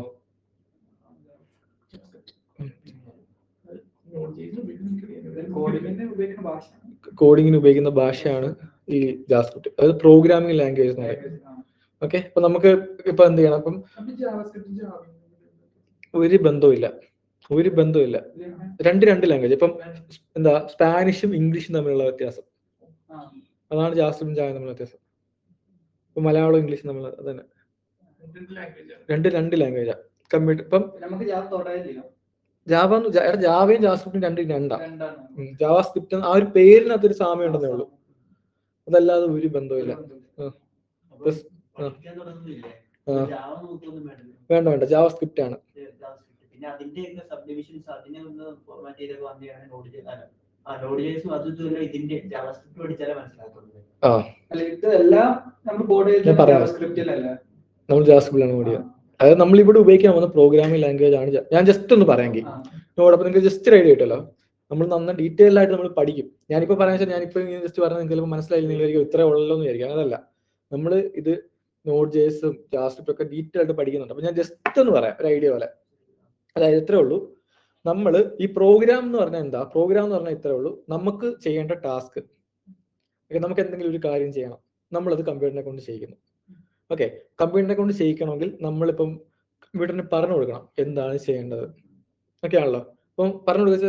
ഇപ്പൊ ഞാനിപ്പോ നിങ്ങളുടെ അടുത്ത് ഒരു കാര്യം പറയുന്നത് ഇല്ല, ഇപ്പൊ ആ ലൈറ്റ് ഒന്ന് ഓഫ് ചെയ്യുന്ന പറഞ്ഞാൽ നിങ്ങളുടെ ഞാൻ പറഞ്ഞു തന്നു, നിനക്കത് മനസ്സിലായുള്ള കാര്യം എന്താ? ഞാൻ പറഞ്ഞ ലാംഗ്വേജ് നിങ്ങൾക്കും അറിയാം ഇല്ലേ? ഞാനിപ്പോ എന്താ സ്പാനിഷിലോ വല്ലതാണ് പറഞ്ഞെങ്കിൽ ചിലപ്പോൾ നിങ്ങൾക്ക് മനസ്സിലാവില്ല. അപ്പൊ ഞാൻ പറഞ്ഞ ലാംഗ്വേജ് നിങ്ങൾക്ക് അറിയാവുന്നതുകൊണ്ടാണ് നിങ്ങൾ ചെയ്യുന്നത്. അതുപോലെ കമ്പ്യൂട്ടറിനെ കൊണ്ട് എന്തെങ്കിലും നമ്മൾ ചെയ്യിപ്പിക്കണമെങ്കിൽ കമ്പ്യൂട്ടറിനെ കൊണ്ടെന്ന് പറയുമ്പോൾ ആ പ്രൊസസ്സറാണ് ഇതൊക്കെ ചെയ്യാം. ഓക്കെ, അപ്പൊ അത് പോട്ടെ, അത്രയും ഡീറ്റെയിൽഡ് പോകണ്ട, തൽക്കാലം ഇങ്ങനെ ആലോചിക്കുക. അപ്പൊ കമ്പ്യൂട്ടറിനെ കൊണ്ട് കാര്യം ചെയ്യിക്കണമെങ്കിൽ ഞാൻ എന്തിനാ കമ്പ്യൂട്ടറിന് പറഞ്ഞു കൊടുക്കണം. കമ്പ്യൂട്ടറിന് പറഞ്ഞു കൊടുക്കണമെങ്കിൽ കമ്പ്യൂട്ടറിന് മനസ്സിലാവുന്ന ഭാഷയിൽ പറഞ്ഞു കൊടുക്കണം. കമ്പ്യൂട്ടറിന് മനസ്സിലാവുന്ന ഭാഷ ബൈനറി ലാംഗ്വേജ് ആയിട്ടുണ്ടോ? ബൈനറി ലാംഗ്വേജ് ഉണ്ട്. അതായത് 0101 എന്ന് പറഞ്ഞ ലാംഗ്വേജ് ഉണ്ട്. നമുക്ക് ജസ്റ്റ് നോക്കാം. ഈ കമ്പ്യൂട്ടറിനകത്തിരിക്കുന്നത് എന്താ? പ്രൊസസറിനകത്തിരിക്കുന്ന ട്രാൻസിസ്റ്റർ എന്നൊക്കെ പറഞ്ഞ സാധനം, ഡയോഡൊക്കെ പഠിച്ചിട്ടില്ലേ? 0101 എന്നൊക്കെ പറഞ്ഞ ഒരു സംഭവമുണ്ട്. പോട്ടെ, അതിപ്പോ അത്രയും നമ്മളൊരു പ്രോഗ്രാം ചെയ്യാൻ അത്രയും അറിയേണ്ട ആവശ്യമില്ല. എന്നാലും ഇങ്ങനത്തെ ഒരു ലാംഗ്വേജാ 01 ഒരുമാതിരി മറ്റേ കോഡ് എഴുതുന്ന പോലെ.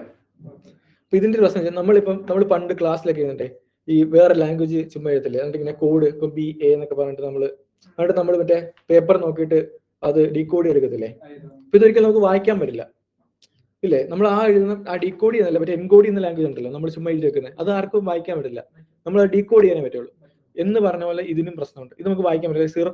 മൊത്തം എന്താ 0101 നമുക്കിത് മനസ്സിലാവില്ല. നമുക്ക് മനസ്സിലാവും, നമുക്ക് ഡീകോഡ് ചെയ്യണം.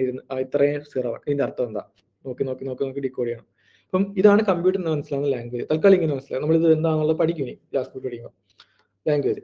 അപ്പം ഇതിന്റെ പ്രശ്നം വെച്ചാൽ നമ്മളിത് പഠിച്ചെടുത്താലും നമ്മൾ കമ്പ്യൂട്ടറിനെ കൊണ്ട് എന്തെങ്കിലും ചെറിയ ടാസ്ക് ചെയ്യണമെങ്കിൽ പോലും നമ്മൾ ഒരുപാട് ടൈം എടുത്ത് എഴുതണം, കോഡ് എഴുതണം. ഇങ്ങനെ പ്രശ്നമുണ്ട് ഈ 0101 ഉള്ള പ്രശ്നം. അപ്പം നമ്മൾ എന്താ വെച്ചാൽ ഇതാണ് കമ്പ്യൂട്ടർ മനസ്സിലാവുന്ന ലാംഗ്വേജ്, വേറെ ഒന്നും മനസ്സിലാവില്ല. അപ്പം നമ്മൾ എന്താ വെച്ചാൽ ഇത് വെച്ച് കഷ്ടപ്പെട്ട് ഈ 0101 വെച്ച് കഷ്ടപ്പെട്ട് ഒരു പ്രോഗ്രാം എഴുതി. ഓക്കെ, അപ്പം അങ്ങനെ ഒരുപാട് സാധനമുണ്ട്. അപ്പൊ തൽക്കാലം ഇങ്ങനെ അറിയിക്കുക, നോഡാണ് എഴുതിയേക്കുന്നത് ഒരു പ്രോഗ്രാം. ആ പ്രോഗ്രാമാണ് നോഡ്. ഈ നോഡ് എന്ത് ചെയ്യുന്നത് വെച്ചാൽ ഈ നോഡ് എന്ന് പറഞ്ഞ പ്രോഗ്രാമിന് ജാവാസ്ക്രിപ്റ്റ് എന്ന് പറഞ്ഞ ലാംഗ്വേജ് അറിയാം. ഓക്കെ, നമ്മൾ എന്ത് ചെയ്യും? നമ്മൾ ജാവാസ്ക്രിപ്റ്റ് എന്ന് പറഞ്ഞ ലാംഗ്വേജിൽ കോഡ് എഴുതും, ഇൻസ്ട്രക്ഷൻസ് എഴുതും. എന്ന് വെച്ചാൽ അതാണ് പ്രോഗ്രാം. അതായത് എന്ത് ചെയ്യണം എന്നുള്ളത് ജാവാസ്ക്രിപ്റ്റ് എന്ന് പറഞ്ഞ ലാംഗ്വേജിൽ എഴുതും. എന്നിട്ട് നമ്മൾ എന്ത് ചെയ്യും? നമ്മൾ ഇത് റൺ ചെയ്യും വെച്ചാൽ കമ്പ്യൂട്ടറിനോട് ഇത് ചെയ്യാൻ പറയും. അപ്പം ഈ നോഡ് എന്ന് പറഞ്ഞ പ്രോഗ്രാം വന്നിട്ട് ഈ ലാംഗ്വേജിനെ ഫുള്ള് കൺവേർട്ട് ചെയ്ത് 0101 ആക്കി കമ്പ്യൂട്ടറിനെ കൊണ്ട് ചെയ്യിക്കും. അതാണ് നോഡ്. മനസ്സിലായി? അപ്പൊ നമ്മൾ എന്താ പ്രോഗ്രാം ചെയ്യുന്നത് ജാവാസ്ക്രിപ്റ്റ് ആയിരിക്കും. നോഡ് എന്തിനാന്ന് വെച്ചാൽ നമ്മൾ ഈ ചെയ്യുന്ന ജാവാസ്ക്രിപ്റ്റ് പ്രോഗ്രാമിനെ കൺവേർട്ട് ചെയ്ത് കമ്പ്യൂട്ടറിന് മനസ്സിലാവുന്ന ലാംഗ്വേജ് ആക്കി കമ്പ്യൂട്ടറിനെ കൊണ്ട് ചെയ്യിക്കുന്ന ആളാണ് ആര്? ഈ നോഡ്. ഇതാണ് ഐഡിയ. അപ്പൊ നമ്മൾ ഇനി പഠിക്കും. ഇത് ബേസിക് ഐഡിയ കിട്ടില്ല നിങ്ങൾക്ക്? അതാണ് എന്തോ കമ്പൈലർ പോലെ. നോഡ് എന്ന് പറഞ്ഞ പ്രോഗ്രാമിനകത്തൊരു സാധനമുണ്ട്. അപ്പൊ അത് കമ്പൈലർ അല്ല, ഇന്റർപ്രിറ്റർ എന്ന് പറയും. Line by line execution. അപ്പൊ അതൊക്കെ പറയാം. പോട്ടെ, ഞാനിപ്പോ അവനോട് പറയുന്നത് നിങ്ങൾ ശ്രദ്ധിക്കണ്ട, നമ്മളിനി പഠിക്കും അത്. ഇപ്പൊ ഞാൻ അത് നമ്മളിപ്പോ ബേസിക് സ്റ്റാർട്ട് ചെയ്യണ്ടേ, അപ്പൊ അതൊക്കെ പറഞ്ഞു പോയി കഴിഞ്ഞാൽ ഓക്കെ. അപ്പൊ അതാണ് സംഭവം. ഓക്കെ, അപ്പൊ ജാവയും ജാവാസ്ക്രിപ്റ്റും തമ്മിൽ ഒരു ബന്ധമില്ല. അത് വേറൊരു ലാംഗ്വേജാണ്. അതും വേറെ ലാംഗ്വേജ്. അതിന് കൺവേർട്ട് ചെയ്യാൻ വേണ്ടി വേറൊരു പ്രോഗ്രാം ഉണ്ട്. അതാണ് ചെയ്യാം. ഓക്കെ, ഇപ്പം ഒരുപാട് പ്രോഗ്രാമിംഗ് ലാംഗ്വേജ് ഉണ്ടല്ലോ, അത് വരുന്നതിനൊക്കെ ഓരോ കാര്യങ്ങളുണ്ട്, നമുക്കത് നോക്കാം. ഓക്കെ, അപ്പോൾ നമ്മൾ പറഞ്ഞു നമ്മൾ ആദ്യം പഠിക്കാൻ പോകുന്നത് ഫ്രണ്ട് എൻഡ് ഡെവലപ്മെന്റ് ആണ്. ഫ്രണ്ട് എൻഡ് ഡെവലപ്മെന്റ് പഠിക്കണമെങ്കിൽ റിയാക്ട് എന്ന് പറഞ്ഞ ടെക്നോളജി പഠിക്കണം. റിയാക്ട് എന്ന് പറഞ്ഞ ടെക്നോളജി പഠിക്കണമെങ്കിൽ HTML, CSS, JavaScript അറിഞ്ഞിരിക്കണം. ഓക്കെ ആണല്ലോ, ഇതാണ് നമ്മൾ ഫസ്റ്റ് സ്റ്റാർട്ട് ചെയ്യാൻ പോകുന്നത്, HTML, CSS, JavaScript. ഓക്കെ, അപ്പം അതിനായിട്ട് നമ്മൾ ആദ്യം പഠിക്കാൻ പോകുന്നത് എന്തായിരിക്കും? HTML. ഓക്കെ, ഇവിടെയാണ് നമ്മൾ സ്റ്റാർട്ട് ചെയ്യുക. അപ്പം ഇന്ന് നമുക്ക് വളരെ ബേസിക് ആയിട്ട് തുടങ്ങി വെക്കാം, നാളെ നമ്മൾ റിസൾട്ട് പഠിക്കുന്നുള്ളൂ. ഓക്കെ, ഇത്രയും പറഞ്ഞ് മനസ്സിലായി നിങ്ങൾക്ക്? ഓക്കെ, അപ്പൊ നമ്മൾ അതിലേക്ക് പോവാം. അപ്പൊ അതിനായിട്ട്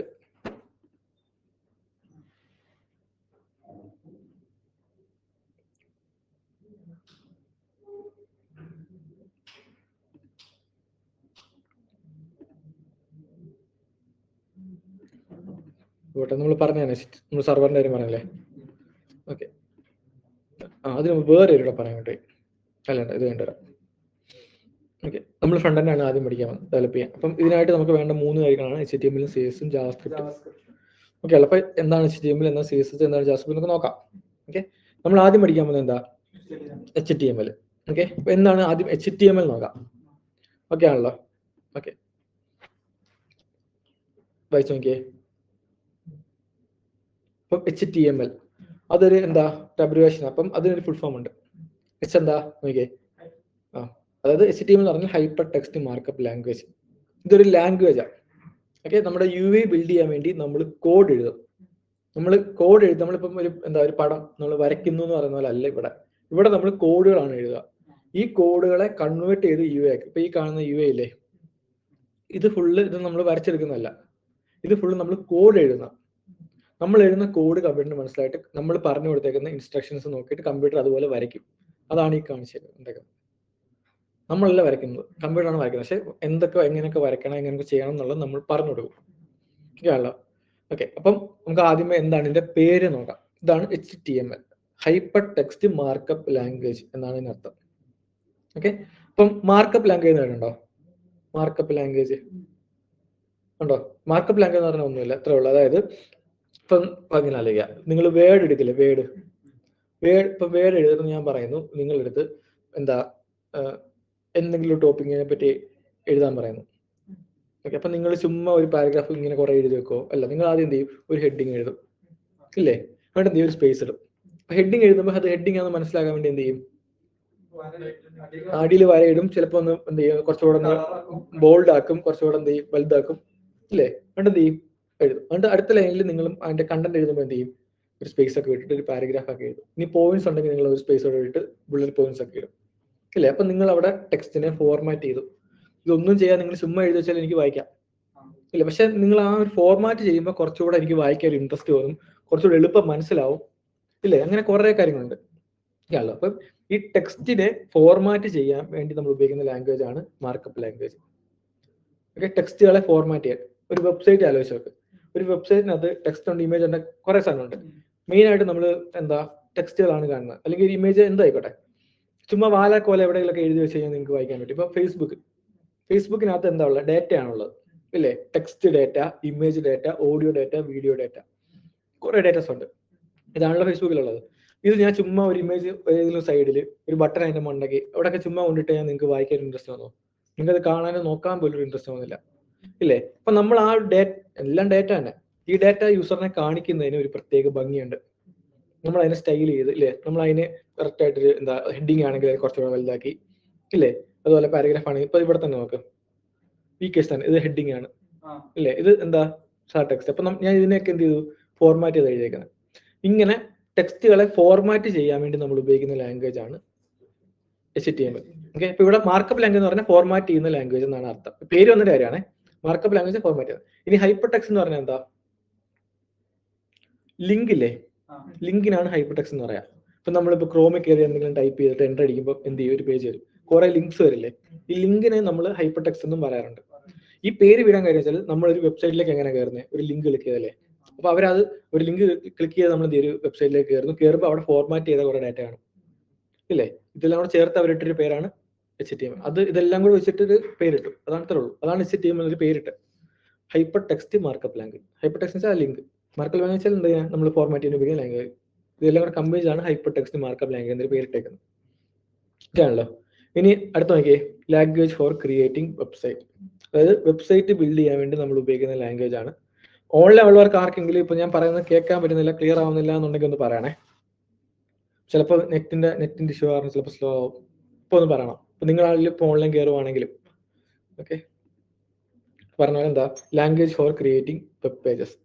വെബ് പേജുകൾ ക്രിയേറ്റ് ചെയ്യാൻ വേണ്ടി നമ്മൾ ഉപയോഗിക്കുന്ന ലാംഗ്വേജ്. അതായത് ഞാൻ പറഞ്ഞ പോലെ നമ്മളിവിടെ ഈ കാണുന്ന വെബ്സൈറ്റിലൊന്നും നമ്മൾ വരയ്ക്കുന്നതല്ല, നമ്മൾ ഇതൊക്കെ കോഡ് എഴുതും. ഓക്കെ, എന്നിട്ട് നമ്മൾ എന്ത് ചെയ്യും, നമ്മളിത് റൺ ചെയ്യും, എക്സിക്യൂട്ട് ചെയ്യും. എക്സിക്യൂട്ട് വെച്ചാൽ ആ കോഡ് ചെയ്യിപ്പിക്കും, കമ്പ്യൂട്ടറിനെ കൊണ്ട് ചെയ്യിപ്പിക്കും. എന്താണ് നമ്മൾ എഴുതി അത് ചെയ്യിപ്പിക്കും. ഇല്ലേ, ഇപ്പൊ ഞാനിപ്പോൾ ഒരു പേപ്പർ എടുത്തു, എന്നിട്ട് ഞാൻ ആ പേപ്പറിനകത്ത് ഇന്ന കാര്യങ്ങൾ ചെയ്യുമെന്ന് എഴുതിയിട്ട് ഒരാളെ തന്നു. എന്നിട്ട് ഞാൻ എന്ത് ചെയ്യും, ഇപ്പൊ അയാൾ ഇതിന് വായിക്കാം, അപ്പൊ ഞാൻ പറയാം ചെയ്യാം എന്ന് പറയുമ്പോൾ എന്ത് ചെയ്യും, ആ എന്താണ് എഴുതിക്കുന്നത് അത് നിങ്ങൾ ചെയ്യും എന്ന് പറഞ്ഞ പരിപാടി തന്നെ. നമ്മൾ എന്ത് ചെയ്യും, നമ്മൾ ഇതുപോലെ ഇൻസ്ട്രക്ഷൻസ് എഴുതും. അതാണ് കോഡിംഗ് എന്ന് പറഞ്ഞാൽ, അല്ലെങ്കിൽ പ്രോഗ്രാമിംഗ് എന്ന് പറഞ്ഞാൽ. അപ്പൊ നമ്മൾ എഴുതുന്നു. ഓക്കെ, എന്നിട്ട് നമ്മൾ എന്ത് ചെയ്യുന്നു, നമ്മൾ അതിനോട് ചെയ്യാൻ പറയുന്നു, അപ്പൊ അത് ചെയ്യുന്നു. ഓക്കെ, അപ്പൊ എന്ത് ചെയ്യും, അത് നമ്മളിപ്പം എന്ത് HTML എന്ന് പറഞ്ഞ ലാംഗ്വേജ് ഉപയോഗിച്ചിട്ട് നമ്മൾ കുറെ കോഡുകൾ എഴുതിയിട്ട് കമ്പ്യൂട്ടറിനോട് ചെയ്യാൻ പറയുമ്പോൾ കമ്പ്യൂട്ടർ എന്ത് ചെയ്യും, നമുക്ക് വേണ്ടി ഒരു UI ബിൽഡ് ചെയ്ത് തരും. ഇതാണ് പരിപാടി. ഒരു ബേസിക് ഐഡിയ കിട്ടും ഇതിനെ പറ്റി. ഓക്കെ, അപ്പൊ ജസ്റ്റ് പിന്നെ ബാക്കിയുള്ള കാര്യങ്ങൾ നോക്കിയേ. ഒന്നാമത് എന്താ, the first website was released in 1990 and used for presentation. അതായത് ആദ്യത്തെ വെബ്സൈറ്റ് 1990-ലാണ് ആദ്യമായിട്ട് ഇത് ചെയ്തത്. അപ്പൊ ആ വെബ്സൈറ്റ് ഒരു പ്രസന്റേഷൻ, അതായത് പോസ്റ്റർ ഇല്ലേ, ഒരു പോസ്റ്റർ നമ്മൾ കയറുന്നു, ഒരു പോസ്റ്റർ കാണുന്ന പോലെ കാണുന്നു. നമുക്ക് ഒന്നും ചെയ്യാൻ പറ്റില്ല, ക്ലിക്ക് ചെയ്യാൻ പറ്റില്ല. ഇപ്പൊ ഒരു ഫേസ്ബുക്ക് ആണ്, നമുക്ക് ലൈക്ക് ചെയ്യാം, ഷെയർ ചെയ്യാം, ക്ലിക്ക് ചെയ്യാം, ലോഡ് ചെയ്യാം, കുറെ കാര്യങ്ങളുണ്ട്. ആദ്യം ഒന്നും ഇങ്ങനത്തെ ഫംഗ്ഷൻ ഒന്നുമില്ല. ഓക്കെ ആണല്ലോ. ആദ്യം ജസ്റ്റ് നമ്മൾ കയറുന്നു, കാണുന്നു, ഇത്രേ ഉള്ളൂ.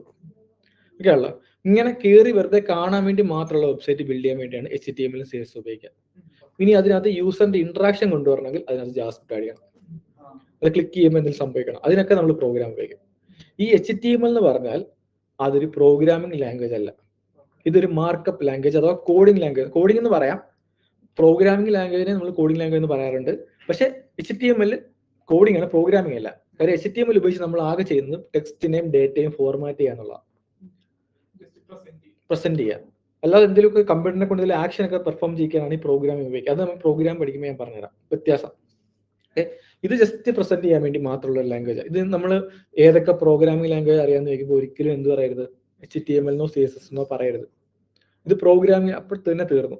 ഇത് പ്രോഗ്രാമിംഗ് അല്ല, ഇത് കോഡിംഗ് ലാംഗ്വേജ് ആണ്. അതായത് വെറുതെ ടെക്സ്റ്റിനെ ഇങ്ങനെ എന്ത് ചെയ്യുക, റെപ്രസെന്റ് ചെയ്യാൻ വേണ്ടി ഉപയോഗിക്കുന്ന ലാംഗ്വേജ്. Text means data. എന്തോ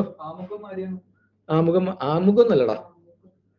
അതായത് ഇപ്പം ഒരു പോസ്റ്റ്, ഇപ്പൊ നീ വെബ്സൈറ്റ് ഈ കാണുന്നുണ്ടോ, ഇതെല്ലാം HTML അല്ല.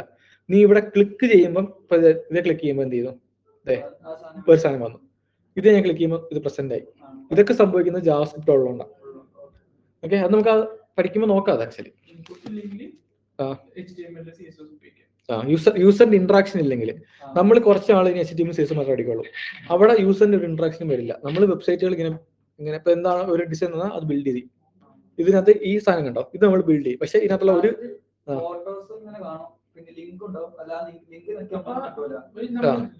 ലിങ്ക് കിട്ടുക, അതേ പറയാം. ബട്ടൺസ് വെക്കാം, പക്ഷെ ബട്ടൺസ് ക്ലിക്ക് ചെയ്യുമ്പോൾ ഒന്നും സംഭവിക്കില്ല. വേറെ പേജിലേക്ക് പോകുന്ന നമുക്ക് ചെയ്യാൻ പറ്റും.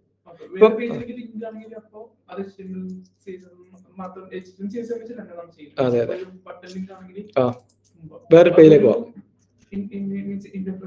അതൊരു ഇന്ററാക്ഷൻ ആണ്, അത് പിന്നെ വന്നത്. അത് HTML ഉള്ള ചെറിയ ചെറിയ ഇന്ററാക്ഷൻ ഒക്കെ നമുക്ക് ചെയ്യാം.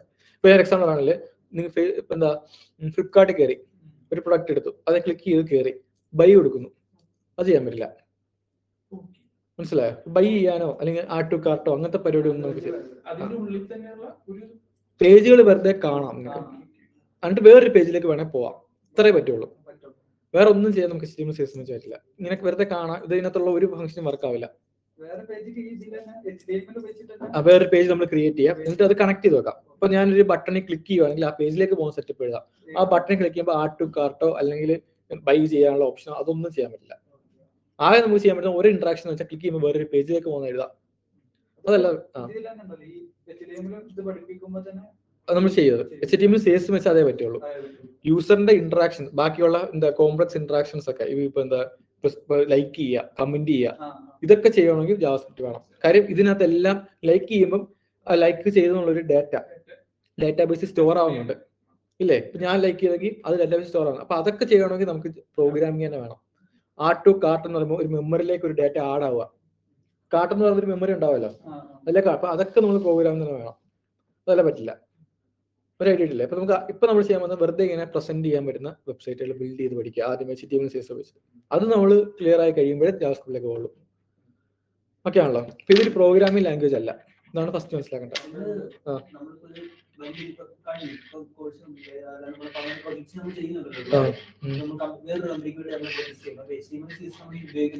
ഉണ്ട്.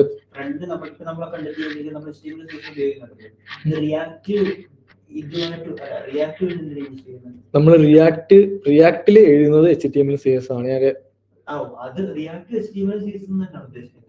അല്ല, ഇതെല്ലാം കൂടെ കമ്പൈൻ ചെയ്താണ് റിയാക്ടിൽ ഉപയോഗിക്കുക. ഞാൻ ഒരു എക്സാമ്പിൾ അറിയാം. രാവിലത്തെ ക്ലാസ്സിൽ ഇന്ന് ഏതൊരു പ്രൊജക്ട് കാണിച്ചു തരാം.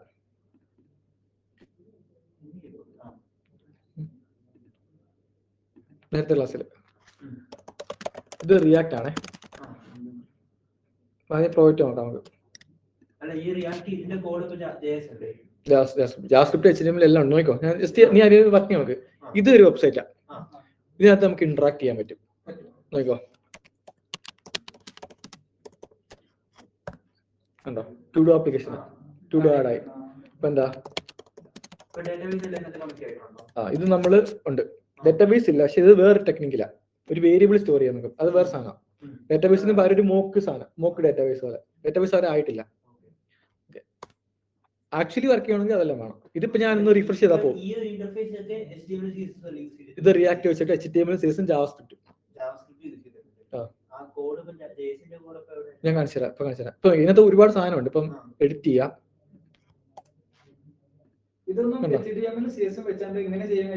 പറ്റില്ല. ഇങ്ങനെ ഇപ്പൊ കാണുന്ന സാധനം ഉണ്ടല്ലോ, ഇത് കാണാം. ഒന്നും ചെയ്യാൻ പറ്റില്ല. ടൈപ്പ് ചെയ്യാം, അതല്ലാതെ ഒന്നും ചെയ്യാൻ പറ്റില്ല. അനിമേഷൻ ചെയ്യാൻ പറ്റും. ഈ അനിമേഷനൊക്കെ HTML pure HTML CSS. Okay, ഇനി നമുക്ക് എന്ത് ചെയ്യാം, ഡിലീറ്റ് ചെയ്യാം ഈ പരിപാടിയല്ല. അതുപോലെ തന്നെ നമുക്ക് ഒരുപാട് എളുപ്പം എന്താ ഫ്രൂട്ട്സ് ഞാൻ ആഡ് ചെയ്തു. ഇവിടെ കണ്ടോ, എനിക്ക് വേണമെങ്കിൽ ഇത് മാർക്ക് ചെയ്യാം. ഇത് എന്തായി, കംപ്ലീറ്റ് ആയെന്ന് പറഞ്ഞിട്ട്. എന്ത് ഇവിടെ ഓൾ ആണ് സെലക്ട് ആയി കിടക്കുന്നത്. ഇപ്പൊ എന്ത് എല്ലാം കാണാം. കംപ്ലീറ്റ് ക്ലിക്ക് ചെയ്താൽ കംപ്ലീറ്റ് മാത്രം, പിന്നെ ക്ലിക്ക് ചെയ്താൽ പിന്നെ ജാവാസ്ക്രിപ്റ്റ്. അത് HTML ഒന്നും പറ്റില്ല. HTML ഞാൻ ഈ ഫസ്റ്റ് കാണിച്ച ഇന്റർഫേസ് ഉണ്ടല്ലോ, അല്ല ഈ പേജ് ആണല്ലേ ചെയ്യണ്ടേ. ആ പേജിലാണെങ്കിൽ ഇത് പറ്റുള്ളൂ, വേറെ പേജ് ആണെങ്കിൽ ഓക്കെ. ഇപ്പം ഇത്രേ പറ്റുള്ളൂ. ഈ ആഡാവുന്ന സാധനം ഒന്നെങ്കിൽ നമുക്ക് ലോഡ് ആകുമ്പോൾ ആഡ് ചെയ്ത് വെക്കാം, പിന്നെ അത് ഒന്നും മാറ്റാൻ പറ്റില്ല. ഇങ്ങനെ കാണാം. ഇത് മാത്രമേ. പക്ഷെ അവിടെ നമുക്ക് അത് അവിടെ ഇപ്പൊ കംപ്ലീറ്റ് എന്ന് പറയുന്ന ആളിനെ കാണിക്കാം, നമുക്കൊന്നും ചെയ്യാൻ പറ്റില്ല. ഇപ്പൊ നമുക്ക് വേറെ മാർക്ക് ചെയ്ത് കംപ്ലീറ്റ് ആക്കാനൊന്നും പറ്റില്ല. ഇങ്ങനെ ജസ്റ്റ് കാണാം. ഈ കാണുന്ന സാധനം മാത്രമാണ് HTML. ഇനി ഇവിടെ നോക്കോ,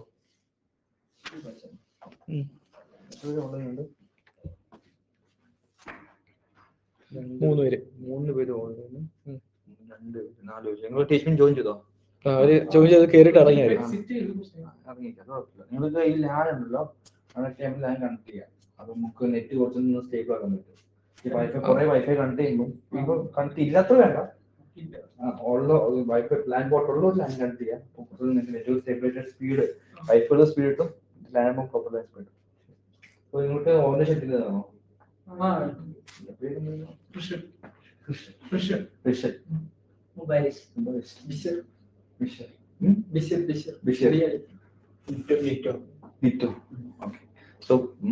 ഓൺലൈനിൽ പോയോ? 2 അമ്മലും ശ്രീയത്തും ഓഡിബിൾ ആണോ?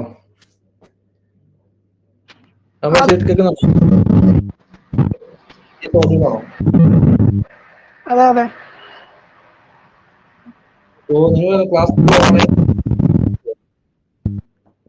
അല്ല, ഞാൻ അടുത്ത ആഴ്ച ഓൺലൈനാണ്. അടുത്ത ആഴ്ച മുതൽ. ശ്രീജിത്തോ? ഞാൻ നാളെ ഓഫ്ലൈൻ അറ്റൻഡ് ചെയ്യാം. പിന്നെ നമുക്ക് ചെയ്യാൻ പറ്റുന്ന കാര്യം ചെയ്യാം. So MAC I D already കൊടുത്തിട്ടുണ്ടാവും, കൊടുക്കാത്തതുണ്ടെങ്കിൽ കൊടുക്കുക. നമുക്ക് നാളെ അഡ്മിഷൻ നേരിടാം. അതുതന്നെ വൈദ്യുതി നിങ്ങൾ ലാൻഡ് കണക്ട് ചെയ്ത് എടുക്കാം. ഓക്കെ. സോ പിന്നെ ഓണം പരിപാടിയൊക്കെ വരുന്നുണ്ട്. സമയത്ത് ഓണം ആറൂടാ ടെക്മൈൻസിന്റെ കൂടെ ഓക്കെ, അപ്പോൾ ടെക്നിക്സ് നമുക്ക് അടിച്ചു പൊളിക്കാം, അതൊന്ന് പഠിക്കാം, കോഡിങ് പഠിക്കുന്നത്, CSS പഠിക്കാം. എന്താ ലക്ഷ്യം കിട്ടുന്നത്? പ്ലേസ്മെന്റ്സിന്റെ അല്ല, ജോബാണ്. അത് എന്തായാലും നിങ്ങൾ പഠിച്ച ഫീൽഡിൽ ജോബ് അത് കോഡിങ് നിങ്ങൾ കൂടുതലും കാര്യങ്ങൾ തിയറി പഠിച്ചതല്ല, നിങ്ങൾ പ്രാക്ടിക്കലി ചെയ്ത് പഠിച്ചേ പറ്റൂ. സോ നിങ്ങളുടെ കയ്യിൽ എഫോർട്ട് വിശ്വസം പറഞ്ഞാൽ അത്രയ്ക്ക് സപ്പോർട്ട് ചെയ്യും. നിങ്ങൾ പഴയ പ്രീവിയസ് ക്ലാസ്സസ് ചോദിച്ചാൽ മതി, ഇഷ്ടപ്പെട്ട് നോക്കിയാൽ മതി, അതിനെ പറ്റി അത്രയ്ക്ക് സപ്പോർട്ട് ചെയ്യും. സാർ ഇതിന്റെ ബുക്ക് പറഞ്ഞാൽ അത്ര കമ്മിറ്റ്മെന്റ് നിങ്ങൾ പഠിപ്പിക്കുന്നത്. അപ്പൊ നിങ്ങൾ അതുകൊണ്ട് കൂടെ പഠിച്ചു കഴിഞ്ഞാൽ നിങ്ങൾ നല്ലൊരു ജോബ് സാറിന് വിമോചനപ്പെട്ട എല്ലാ സ്റ്റുഡൻസും ഫീഡ്ബാക്കാണ്. ഇപ്പം നല്ല ഫീഡ്ബാക്കാണ്. അപ്പൊ അത് നിങ്ങൾക്കും പറ്റും. സാറിന്റെ സ്റ്റുഡന്റ് ഈവൻ ഇവിടെ ഉള്ള പ്രൊജക്ട് വേറെ ആ പ്രൊജക്ട് അതിലെ ക്ലയന്റിന് കൊടുത്ത് വർക്ക് ചെയ്യിച്ച് അങ്ങനെ പല കാര്യങ്ങളുണ്ട്. സോ നിങ്ങൾ അതുപോലെ തന്നെ സാറിനോടൊപ്പം തന്നെ പഠിക്കാം. ഓക്കെ, എന്താണ് നിങ്ങൾ എന്താണ് റോഷിനെ കോൺടാക്ട് ചെയ്യുക അല്ലെങ്കിൽ എന്നെ കോൺടാക്ട് ചെയ്യുക. അപ്പോഴും ഒരു കമ്മ്യൂണിക്കേഷൻ മെയിൻറ്റെയിൻ ചെയ്യാം കേട്ടോ.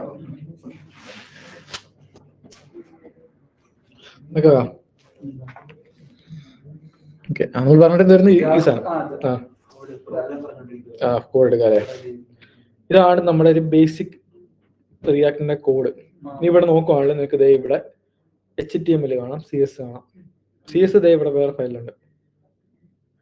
ഇതാണ് CSS. നമുക്ക് നോക്കാം, ചെയ്ത് നോക്കാം. ഇത് CSS കോഡാണ്. ഓക്കെ, അതൊക്കെ അതല്ല സൈനെല്ലാം ഉണ്ട് ഇവിടെ, മാർജിൻ ഉണ്ട്.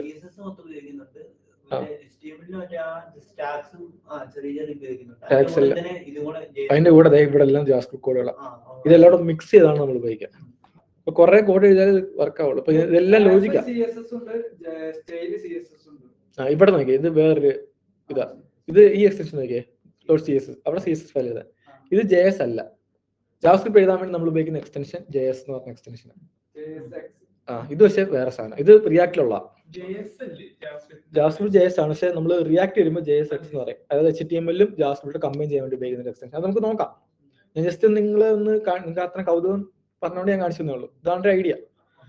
ഓക്കെ, ഇതാണ് സംഭവം. നമ്മൾ ഇതൊക്കെ വെച്ചിട്ടാണ് ഇനി ചെയ്യുന്നത്. അപ്പൊ നമ്മൾ ഇതിലേക്ക് വരണമെങ്കിൽ നമ്മൾ HTML പഠിക്കണം, CS വഴി കവർ ചെയ്തേ പറ്റുള്ളൂ. ജാവാസ്ക്രിപ്റ്റും പഠിച്ചാലേ ഇതിലേക്ക് വരാൻ പറ്റുള്ളൂ. അതാണ് നമ്മൾ ആദ്യം അവിടെ തുടങ്ങുന്നത്. എന്നിട്ട് നമ്മൾ ഇതിലേക്ക് വരും. ഇത് നമ്മളിപ്പോ ഇങ്ങനെ കണ്ടുവന്നെങ്കിൽ ഇത് ഒരുപാട് പഠിക്കാനുണ്ട്. ഇപ്പൊ കുറെ പഠിച്ചിട്ടാണ് ഇതിലേക്ക് വരിക, ഈ ഒരു സാധനം ബിൽഡ് ചെയ്യുക. ഓക്കെ, നമ്മൾ നോക്കാം. ഇത് പോട്ടെ.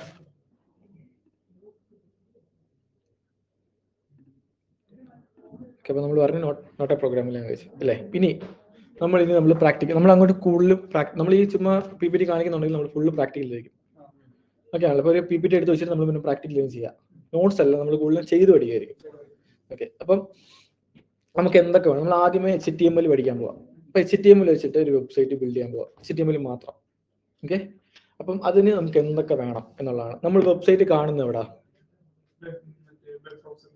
ബ്രൗസർ. ഇപ്പൊ നിങ്ങൾ അല്ലാതിരിക്കുക, ഒരു ഫോണിൽ ഒരു വീഡിയോ ഷൂട്ട് ചെയ്തു. ഓക്കെ ആണല്ലോ, വീഡിയോ ഷൂട്ട് ചെയ്തു. എന്നിട്ട് നമ്മൾ എന്ത് ചെയ്യുന്നു? ആ വീഡിയോ നമ്മൾ പ്ലേ ചെയ്യുന്നു. പ്ലേ ചെയ്യാൻ വേണ്ടി ഒരു സോഫ്റ്റ്വെയർ വേണം. ഇപ്പം ആപ്പിൽ ഇപ്പൊ ഗാലറി ഉണ്ട്, അല്ലെങ്കിൽ VLC media player, MX player, അങ്ങനെ ഒരുപാട് പ്ലെയേഴ്സ് ഉണ്ട്. നമ്മൾ ആ പ്ലെയറിലാണ് ഇത് കാണുക. എന്ന് പറഞ്ഞ പോലെ നമ്മൾ HTML കോഡ് എഴുതും. ഓക്കെ ആണല്ലോ. കോഡ് എഴുതിയിട്ട് നമ്മൾ ഇതിന്റെ ഔട്ട്പുട്ട് കാണാൻ വേണ്ടി ബ്രൗസറാണ് ഉപയോഗിക്കുക. നമ്മൾ എഴുതുന്ന കോഡിനെ, ഞാൻ പറഞ്ഞില്ലേ, നമ്മൾ കോഡ് എഴുതും. ഈ കോഡിനെ കൺവേർട്ട് ചെയ്ത് നമ്മളെ UI ഒക്കെ കാണിച്ചു തരും. ആ കോഡ് എടുത്ത് വായിച്ച് നോക്കിയിട്ട് പെയിന്റ് ചെയ്ത് UI പെയിന്റ് ചെയ്ത് തരും. അത് ചെയ്യുന്ന കമ്പ്യൂട്ടറാണ്. അത് ചെയ്യുന്ന പ്രോഗ്രാം, അതിനൊരു പ്രോഗ്രാം ഉണ്ട്. ഇത് ചെയ്യുന്ന ഒരാൾ, എല്ലാത്തിനും ഒരു പ്രോഗ്രാം ഉണ്ട്. ഇത് ചെയ്യുന്ന പ്രോഗ്രാം ഇരിക്കുന്നത് ബ്രൗസറിലാണ്. നമുക്ക് ബ്രൗസറിൽ, അതുകൊണ്ടാണ് നമ്മൾ ബ്രൗസർ കയറിയിട്ട് വെബ്സൈറ്റിൽ കാണുന്നത്.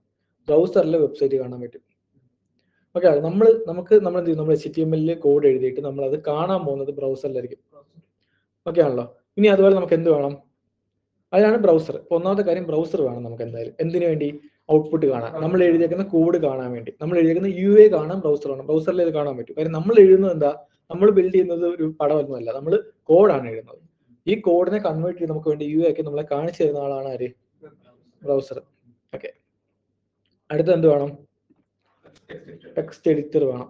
ഓക്കെ, അതെന്തിനായിരിക്കും ടെക്സ്റ്റ് എഡിറ്റർ? ടെക്സ്റ്റ് എഡിറ്റർ എന്താ? ടെക്സ്റ്റ് ടൈപ്പ് ചെയ്യുന്ന സാധനം. വേർഡ് എഡിറ്ററാ ഇല്ലേ? അപ്പൊ അതൊരു എഡിറ്റർ വേണം.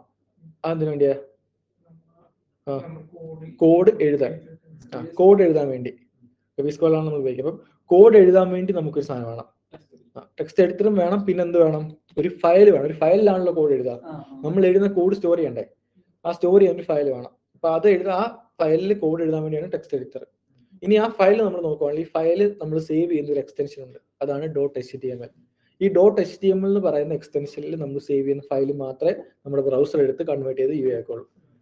ഓക്കെ ആണല്ലോ. അപ്പൊ അതിനകത്ത് ഉള്ളത് HTML കോഡും ആയിരിക്കണം. ചുമ്മാ എന്തെങ്കിലും എഴുതി വെച്ചിട്ട് നമ്മൾ .html എന്ന് പറഞ്ഞാലും കിട്ടില്ല. ഓക്കെ ആണല്ലോ. ഇത്രയും പരിപാടിയാണ് നമുക്ക് വേണ്ടത്. അപ്പൊ നമുക്ക് ആദ്യം വേണ്ടത്, ബ്രൗസർ എല്ലാവർക്കും ഉണ്ടല്ലോ. അപ്പൊ നിങ്ങൾ ക്രോം ഉപയോഗിക്കാനാണ് ബെറ്റർ. ക്രോം ഇല്ലെങ്കിൽ നിങ്ങൾ ക്രോം ഡൗൺലോഡ് ചെയ്യുക. ഏത് ബ്രൗസർ ആയാലും മതി, പക്ഷെ ക്രോം ആണ് കുറച്ചുകൂടെ സപ്പോർട്ട്. എക്സ്പ്ലോറിനൊക്കെ നല്ലത് ക്രോമാടാ. നീ ക്രോം ഡൗൺലോഡ് ചെയ്യുക. എന്നിട്ട് എന്തോ ബ്രേവ്, ഞാൻ അധികം ബ്രേവ് ഉപയോഗിച്ചില്ല. ഈ ക്രോമിന്റെ ഒരു ഗുണം വെച്ചാൽ ക്രോമിന് കുറച്ചുകൂടി ഡെവലപ്പർ എക്സ്പീരിയൻസ് ഉണ്ട്, അതുകൊണ്ടാണ്. ഏതാ ബിങ് ആണോ? എടാ അതെല്ലാം ഉണ്ട്, അതെല്ലാം ബ്രൗസർ ഉണ്ട്. പക്ഷെ നമുക്ക് ഡെവലപ്പ് ചെയ്യുമ്പോൾ കുറച്ചുകൂടി ഡെവലപ്പർ ഫ്രണ്ട്ലി ആയിട്ട് എനിക്ക് തോന്നിയിട്ടുള്ളത് ക്രോം ഉണ്ട്, പിന്നെ ഫയർഫോക്സ് ഇല്ലേ, ഇത് രണ്ടും ഡെവലപ്പർ ഫ്രണ്ട്ലിയാ കുറച്ചുകൂടെ. നിങ്ങൾക്ക് ഇപ്പൊ എന്താ എഡ്ജ് ഉപയോഗിക്കണമെങ്കിൽ ഉപയോഗിക്കാം, ഓക്കെ കുഴപ്പമില്ല. പക്ഷെ ഇതാണ് കുറച്ചുകൂടെ ഡെവലപ്പർ ഫ്രണ്ട്ലി, അതാണ് ഞാൻ അത് ഉപയോഗിക്കാൻ സജസ്റ്റ് ചെയ്തത്. ഒന്നേ ക്രോം. നീ എന്താ ക്രോം ഉപയോഗിക്കാത്തെ? നിനക്ക് ഇത് ഓക്കെ ആണോ? എഡ്ജ് ഓക്കെ ആയിട്ട് തോന്നിയിട്ടുണ്ടോ?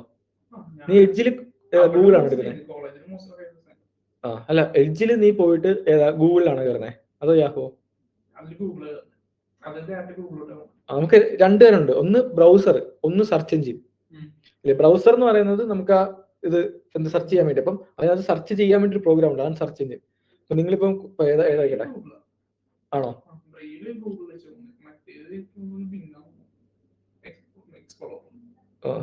എനിക്ക് കുറച്ചുകൂടെ ബെറ്റർ ആയിട്ട് തോന്നിയിട്ടുള്ളത് ഗൂഗിൾ തന്നെ, സെർച്ച് എഞ്ചിനായിട്ട്. ഓക്കെ, സെർച്ച് ചെയ്യാം. നിങ്ങൾ ഉണ്ടെങ്കിൽ ഇല്ലെങ്കിൽ ഡൗൺലോഡ് ചെയ്യേ.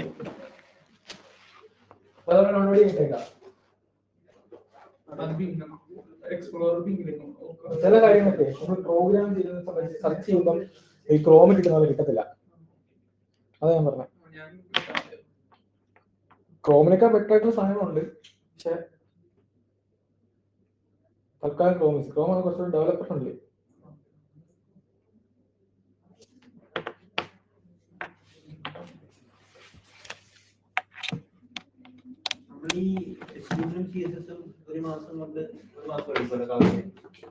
ഒരു മാസം നമുക്ക് നോക്കാം, നമ്മൾ പോന്നോണ്ടിരിക്കും.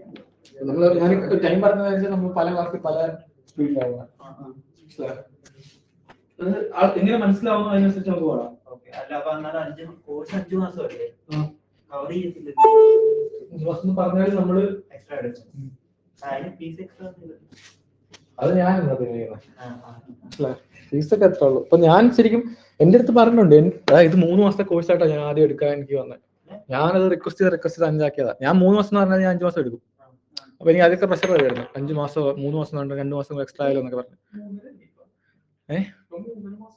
അതങ്ങനെ പറഞ്ഞതേ ഉള്ളൂ. പക്ഷെ നമ്മള് പ്രൊജക്ട് ചെയ്യാനുണ്ട്, എന്തോരം കാര്യങ്ങളുണ്ട്. ഇപ്പൊ നമ്മൾ പഠിച്ചു തരുന്ന വെച്ചാല് 3 മാസം കൊണ്ട് തീർക്കാം, പക്ഷെ 3 മാസം കൊണ്ട് തീർത്താൽ ഒന്നും മനസ്സിലാവില്ല ഇല്ലേ. ഇപ്പൊ അതിന്റെ കാര്യം വെച്ചാൽ ഇപ്പം എനിക്ക് പഠിപ്പിച്ച് തീർക്കാം. നമ്മൾ പഠിപ്പിച്ച് ഇപ്പം ഒരു സാധനം പഠിപ്പിച്ചു, എന്നിട്ട് നിങ്ങൾക്ക് ക്ലാസ് ഇരുന്ന് ഞാനത് ചെയ്യാൻ പറയും. വീട്ടിൽ പോലും ചെയ്ത് കഴിഞ്ഞാൽ നിങ്ങൾക്ക് ചിലപ്പോൾ ഒരു ഡൗട്ട് വരുമ്പോൾ ചോദിക്കാൻ പറ്റില്ല. അപ്പൊ ആ ഒരു സിംഗിൾ പ്രോഗ്രാം ചെയ്യും. ഇപ്പൊ ഞാൻ പറഞ്ഞില്ലേ ടു ഡു ആപ്പ്, ഇന്നാണ് ഇത് കംപ്ലീറ്റ് ചെയ്തെന്ന് ആവശ്യം. ഇത് ചെയ്യാൻ 5-6 ദിവസം എടുത്ത് ക്ലാസ് ചെയ്യാൻ. ആ ടു ഡു ആപ്പ് ഫുള്ള് ക്ലാസ്സിലെ പിള്ളേരെ കൊണ്ട് ചെയ്യിപ്പിച്ച് ഞാനോട്. ഇപ്പൊ ഞാനിപ്പം ഒരു ആദ്യം എന്ത് ചെയ്യും, കുറച്ച് ഭാഗം ആദ്യം എന്ത് ചെയ്യും, ജസ്റ്റ് ആഡ് ചെയ്യുന്നത് മാത്രം ഫുള്ള് ചെയ്ത് കാണിക്കും. എന്നിട്ട് ഞാനത് പറയും, ഇങ്ങനെയൊക്കെയാണ് വന്നത്. അപ്പൊ എന്ത് ചെയ്യും, ഞാനത് മാറ്റും, സ്വന്തമായിട്ട് ഞാൻ പറയാം. അപ്പൊ അവർ ക്ലാസ് ഇരുന്ന് തന്നെ ചെയ്യും. അപ്പൊ അവർക്ക് ഡൗട്ട് വരും, ചോദിക്കുമല്ലോ. അപ്പൊ അവർ ചെയ്ത് തീരുമ്പോഴത്തേക്ക് ഒരു ദിവസത്തെ ക്ലാസ് കഴിഞ്ഞു, മനസ്സിലായി. പിന്നെ അടുത്ത ദിവസം അടുത്ത ഫീച്ചർ ആഡ് ചെയ്യും. അങ്ങനെയാ പോകുന്നത്, മനസ്സിലായി. അപ്പം നല്ല ടൈം എടുക്കും ഇത്. അതാണ് നമ്മൾ ഈ പ്രോജക്റ്റ്. അല്ലെങ്കിൽ നമുക്ക് എനിക്ക് എന്ത് ചെയ്യാം, ടു ഡു ആപ്പ് എന്ന് പറഞ്ഞിട്ട് പ്രോജക്റ്റ് ഇട്ടിട്ട് ജസ്റ്റ് ഒന്ന് ചെയ്ത് കാണിച്ചിട്ട് ചെയ്തുകൊണ്ടിരാൻ പറയാം. അങ്ങനെ ആണെങ്കിൽ ഉള്ള പ്രശ്നം വെച്ചാൽ അവർക്ക് പല കാര്യങ്ങളും മനസ്സിലാവുമോ. പ്രത്യേകിച്ച് റിയാക്ട് എന്നൊക്കെ പറഞ്ഞാൽ കുറെ ലോജിക് ഉണ്ട്, അത് നന്നായിട്ട് മനസ്സിലായാലേ ചെയ്യാൻ പറ്റുള്ളൂ. ഇപ്പൊ തന്നെ ആണെങ്കിലും ഇവരുടെ അടുത്ത് ഞാനിപ്പം അത് 100 ചെയ്തിട്ട് ഫുള്ള് കംപ്ലീറ്റ് ആയിട്ട് 100 ചെയ്തുകൊണ്ടിരാൻ പറഞ്ഞു. അങ്ങനെ അവർ 2 വട്ടം ചെയ്താൽ അവർക്ക് കിട്ടത്തുള്ളൂ. ഇപ്പൊ നമ്മൾ കംപ്ലീറ്റ് ചെയ്തു, ഇത് തന്നെ ഒന്നുകൂടെ 1000 നാളെ വരുമ്പോഴത്തേക്കും ഫുള്ള് പുതിയതായിട്ട് ചെയ്തുകൊണ്ടിരാൻ പറഞ്ഞു. അങ്ങനെ ഇത് 3 വട്ടം ചെയ്താൽ ഇപ്പൊ അവർക്ക് പഠിപ്പിക്കുന്നൊക്കെ മനസ്സിലാവുമായിരിക്കും, പക്ഷെ പല പല കാര്യങ്ങൾ അവർ മറന്നുപോകും. അപ്പൊ അവര് വീണ്ടും വീണ്ടും ചെയ്യണം.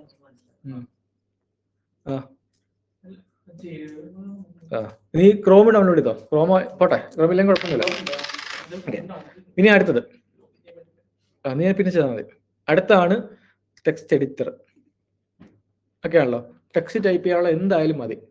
നമ്മൾ നോട്ട് പാഡില്ലേ നിങ്ങൾക്ക്, നോട്ട് പാഡ് ആയാലും മതി, പക്ഷെ നമ്മൾ നോട്ട് പാഡില്ല ഉപയോഗിക്കുക. നമ്മൾ ഉപയോഗിക്കുന്ന ഒരു ടെക്സ്റ്റ് എഡിറ്റർ ആണ് VS Code. ഓക്കെ. അപ്പൊ ഇതില്ലാത്തൊരു നിങ്ങൾക്കില്ലല്ലോ, ഉണ്ടോ? ഓൾറെഡി ഇൻസ്റ്റാൾ ആയ നോട്ട് പാഡ് അത് ചെയ്യാം. അതായത് ഇത് ടെക്സ്റ്റ് ടൈപ്പ് ചെയ്താൽ മതി, ഒരു ഫയലിലേക്ക് കുറച്ച് സാധനം ടൈപ്പ് ചെയ്താൽ മതി, അത്രേ ഉള്ളൂ. നമ്മൾ ക്രോമിൽ കാണും. അതിന് VS Code എന്ന് പറഞ്ഞാൽ വെറുതെ ആ ഒരു ഫയലിനകത്ത് കുറെ കാര്യം ടൈപ്പ് ചെയ്യാൻ വേണ്ടിയാണ്, പ്രത്യേകിച്ച് കാര്യം. പക്ഷെ VS Code നുള്ള കുറച്ച് സപ്പോർട്ട് ഉണ്ട്. അതായത് നമ്മൾ ടൈപ്പ് ചെയ്യുമ്പോൾ നമ്മുടെ ഓട്ടോ കംപ്ലീറ്റ് എന്ന് പറഞ്ഞ സാധനമുണ്ട്. നമ്മളിപ്പോൾ എന്തെങ്കിലും കോഡ് ചെയ്യുമ്പോഴത്തേ അത് ജഡ്ജ് ചെയ്യും, ഇതാണോ നിങ്ങൾ അടിക്കാൻ പോകുന്നത്. അപ്പൊ നമ്മൾ വെറുതെ എൻ്റർ അടിച്ചാൽ അത് കിട്ടും. അങ്ങനെ കുറെ ഫീച്ചേഴ്സ് ഉണ്ട്, നമുക്കത് നോക്കാം. അപ്പൊ നമ്മൾ നോട്ട് പാഡ് പോലെ അല്ല, പിന്നെ കുറെ സംഭവം ഉണ്ട് ഇതിനകത്ത് VS Code. അതാണ് നമ്മൾ VS Code ഉപയോഗിക്കുന്നത്. അപ്പൊ VS Code ഇല്ലാത്തവർ എന്ത് ചെയ്യുക, VS Code എന്ന് സെർച്ച് ചെയ്യുക. അതേ പറയാം, അതൊക്കെ കുറച്ച് 2-3 ക്ലാസ്സുകളിൽ ഞാൻ പറഞ്ഞോ, യൂസ് കേസ് വരുമ്പോൾ പറയാം. ഓക്കെ. എന്നിട്ട് എന്ത് ചെയ്യുക, VS Code എടുക്കുക. അപ്പൊ ഏറ്റവും ലേറ്റസ്റ്റ് എന്ത് ചെയ്യുക, ഡൗൺലോഡ് ചെയ്യാം. ഡൗൺലോഡ് ഫോർ വിൻഡോസ് ഉണ്ടാവും, ഡൗൺലോഡ് ചെയ്യാം. എന്നിട്ട് അത് സാധാരണ നിങ്ങളൊരു പ്രോഗ്രാം ഇൻസ്റ്റാൾ ചെയ്യുന്ന പോലെ റണ്ണൊക്കെ ചെയ്ത് അറിയാലോ നിങ്ങൾക്ക്, അത് ഇൻസ്റ്റാൾ ചെയ്യാം. അപ്പൊ എന്ത് ചെയ്യും, VS Code ഇൻസ്റ്റാൾ ആവും. ഓക്കെ. എന്നിട്ട് നിങ്ങൾ എന്ത് ചെയ്യുക, നിങ്ങൾ ഇവിടെ പിൻ ചെയ്തിട്ടേക്കാം VS Code ടാസ്ക് ബാറിൽ ഇവിടെ കിടന്നോളൂ. ഓക്കെ. അപ്പൊ എല്ലാവർക്കും ഉണ്ടല്ലോ അത് ഇപ്പം നിലവില്. ഓക്കെ. ഓൺലൈൻ ഉള്ളവർക്കോ? അമൽ, റോഷൻ, ശ്രീജിത്ത്. ഉണ്ട്. ഓക്കെ. ഉണ്ട്. ഓക്കെ. അപ്പൊ നിങ്ങൾ ജസ്റ്റ് ഇപ്പൊ ഞാൻ എന്തെങ്കിലും ചോദിക്കുമ്പോൾ നിങ്ങൾ ചാറ്റ് ചെയ്താലും മതി കേട്ടോ. ഓക്കെ. ഇപ്പം അതുണ്ട്. അപ്പൊ നമുക്ക് ഫസ്റ്റ് നമുക്കൊരു കാര്യം ചെയ്യാം. നിങ്ങൾ ആദ്യമേ ഒരു ഫോൾഡർ ക്രിയേറ്റ് ചെയ്യുക. അപ്പൊ നിങ്ങൾ സാധാരണ എവിടെ ചെയ്യുക? ഇപ്പൊ ഒരു ഫോൾഡർ ക്രിയേറ്റ് ചെയ്യാൻ പറയുമ്പോൾ എവിടെ ചെയ്യുക? ഡെസ്ക്ടോപ്പിൽ ചെയ്യാം. വേറെ നിങ്ങൾ സാധാരണ ഇപ്പൊ ഒരു ഫോൾഡർ, ഇപ്പൊ ഒരു എന്തെങ്കിലും ഒരു സിനിമ വന്നു, അപ്പൊ നിങ്ങൾ സാധാരണ എവിടെ ഇടുക? വേറെ ഡ്രൈവിലാണോ ഇടുക, അതോ ഏതൊക്കെ ഡ്രൈവ് ഉണ്ട് എല്ലാവർക്കും? ഇപ്പൊ എല്ലാവരും ഡെസ്ക്ടോപ്പിൽ തന്നെ ചെയ്തോ? ഇത് നിനക്ക് സി മാത്രമേ ഉള്ളോ? മൈ കമ്പ്യൂട്ടർ എടുത്ത് നോക്കിയാൽ അതിനകത്ത് എത്ര ഡ്രൈവ് ഉണ്ട്?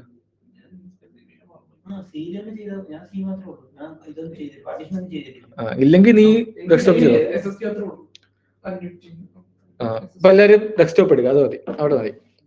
ഡെസ്ക്ടോപ്പ് എടുത്തിട്ട് ഇപ്പൊ ഞാൻ വേറെ ഫോൾഡർ കയറ്റിയതേ ഉള്ളൂ, ഡെസ്ക്ടോപ്പിൽ വേറെ ഫോൾഡർ. അപ്പൊ എനിക്ക് പല ക്ലാസ് ഉണ്ടല്ലോ. എന്നിട്ട് നിങ്ങൾ ആദ്യം ചെയ്യാന്ന് വെച്ചാൽ നിങ്ങൾ ഒരു ഫോൾഡർ ക്രിയേറ്റ് ചെയ്യാം. ഏതാ? ഡി മതി. ഡി ഓപ്പൺ ചെയ്യാം. എന്നിട്ട് ഡിയില് നീ ചെയ്യേണ്ട കാര്യം വെച്ചാൽ ഡിയില് എന്ന് പറഞ്ഞ ഫോൾഡർ ക്രിയേറ്റ് ചെയ്യാം. അതായത് വേറെ ഒന്നുമില്ല, നമ്മുടെ ക്ലാസിന്റെ കാര്യം മാത്രം മതി, ഒരു ഓർഡർ പോകാൻ വേണ്ടിയാ. നിങ്ങൾക്ക് വേറെ എന്തെങ്കിലും ചെയ്ത് നോക്കണമെന്ന് വെച്ചോ, വേറെ ഫോൾഡർ ക്രിയേറ്റ് ചെയ്യാം. മെയിനകത്ത് നിങ്ങൾ വേറെ ഒന്നും ചെയ്യല്ലേ. ഒക്കെയാണല്ലോ. അപ്പം അപ്പം എന്ത് ചെയ്യുക, അതിന്റെ പേര് കൊടുക്കാം മെയിൻ. അപ്പൊ ഞാൻ ഇവിടെ പേര് കൊടുക്കുന്നത് മെയിൻ 12 എന്നാണ്. നിങ്ങൾ മെയിൻ എന്ന് മാത്രം കൊടുത്താൽ മതി, എനിക്ക് തിരിച്ചറിയാൻ വേണ്ടിയാ, കാര്യം എനിക്ക് കുറെ മെയിനുണ്ട്. ഒക്കെയാണല്ലോ. അപ്പം മെയിൻ എന്ന് പറഞ്ഞ ഫോൾഡർ ക്രിയേറ്റ് ചെയ്യാം. ഒക്കെയാണല്ലോ. ഈ ഫോൾഡറിനകത്താണ് നമ്മുടെ എല്ലാം മെയിൻ സ്റ്റാക്കുമായിട്ട് ബന്ധപ്പെട്ട എല്ലാം നമ്മൾ ചെയ്യാൻ പോകുന്നതിനകത്തായിരിക്കും.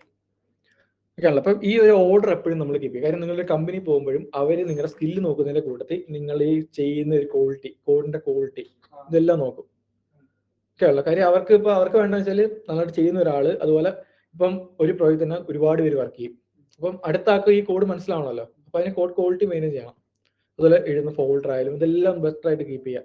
അപ്പം മെയിൻ നല്ല ഫോൾഡർ ക്രിയേറ്റ് ചെയ്തില്ലേ ഡെസ്ക്ടോപ്പിൽ എവിടെങ്കിലും, അപ്പം ചെയ്യാണ്ട് എന്ത് ചെയ്യുക, അതിനകത്ത് അത് ഓപ്പൺ ചെയ്യുക. അതിനകത്ത് പുതിയൊരു ഫോൾഡർ ക്രിയേറ്റ് ചെയ്യുക, HTML ക്യാപിറ്റലോ സ്മോളോ എങ്ങനെ വേണമെന്ന് ചെയ്യാം. HTML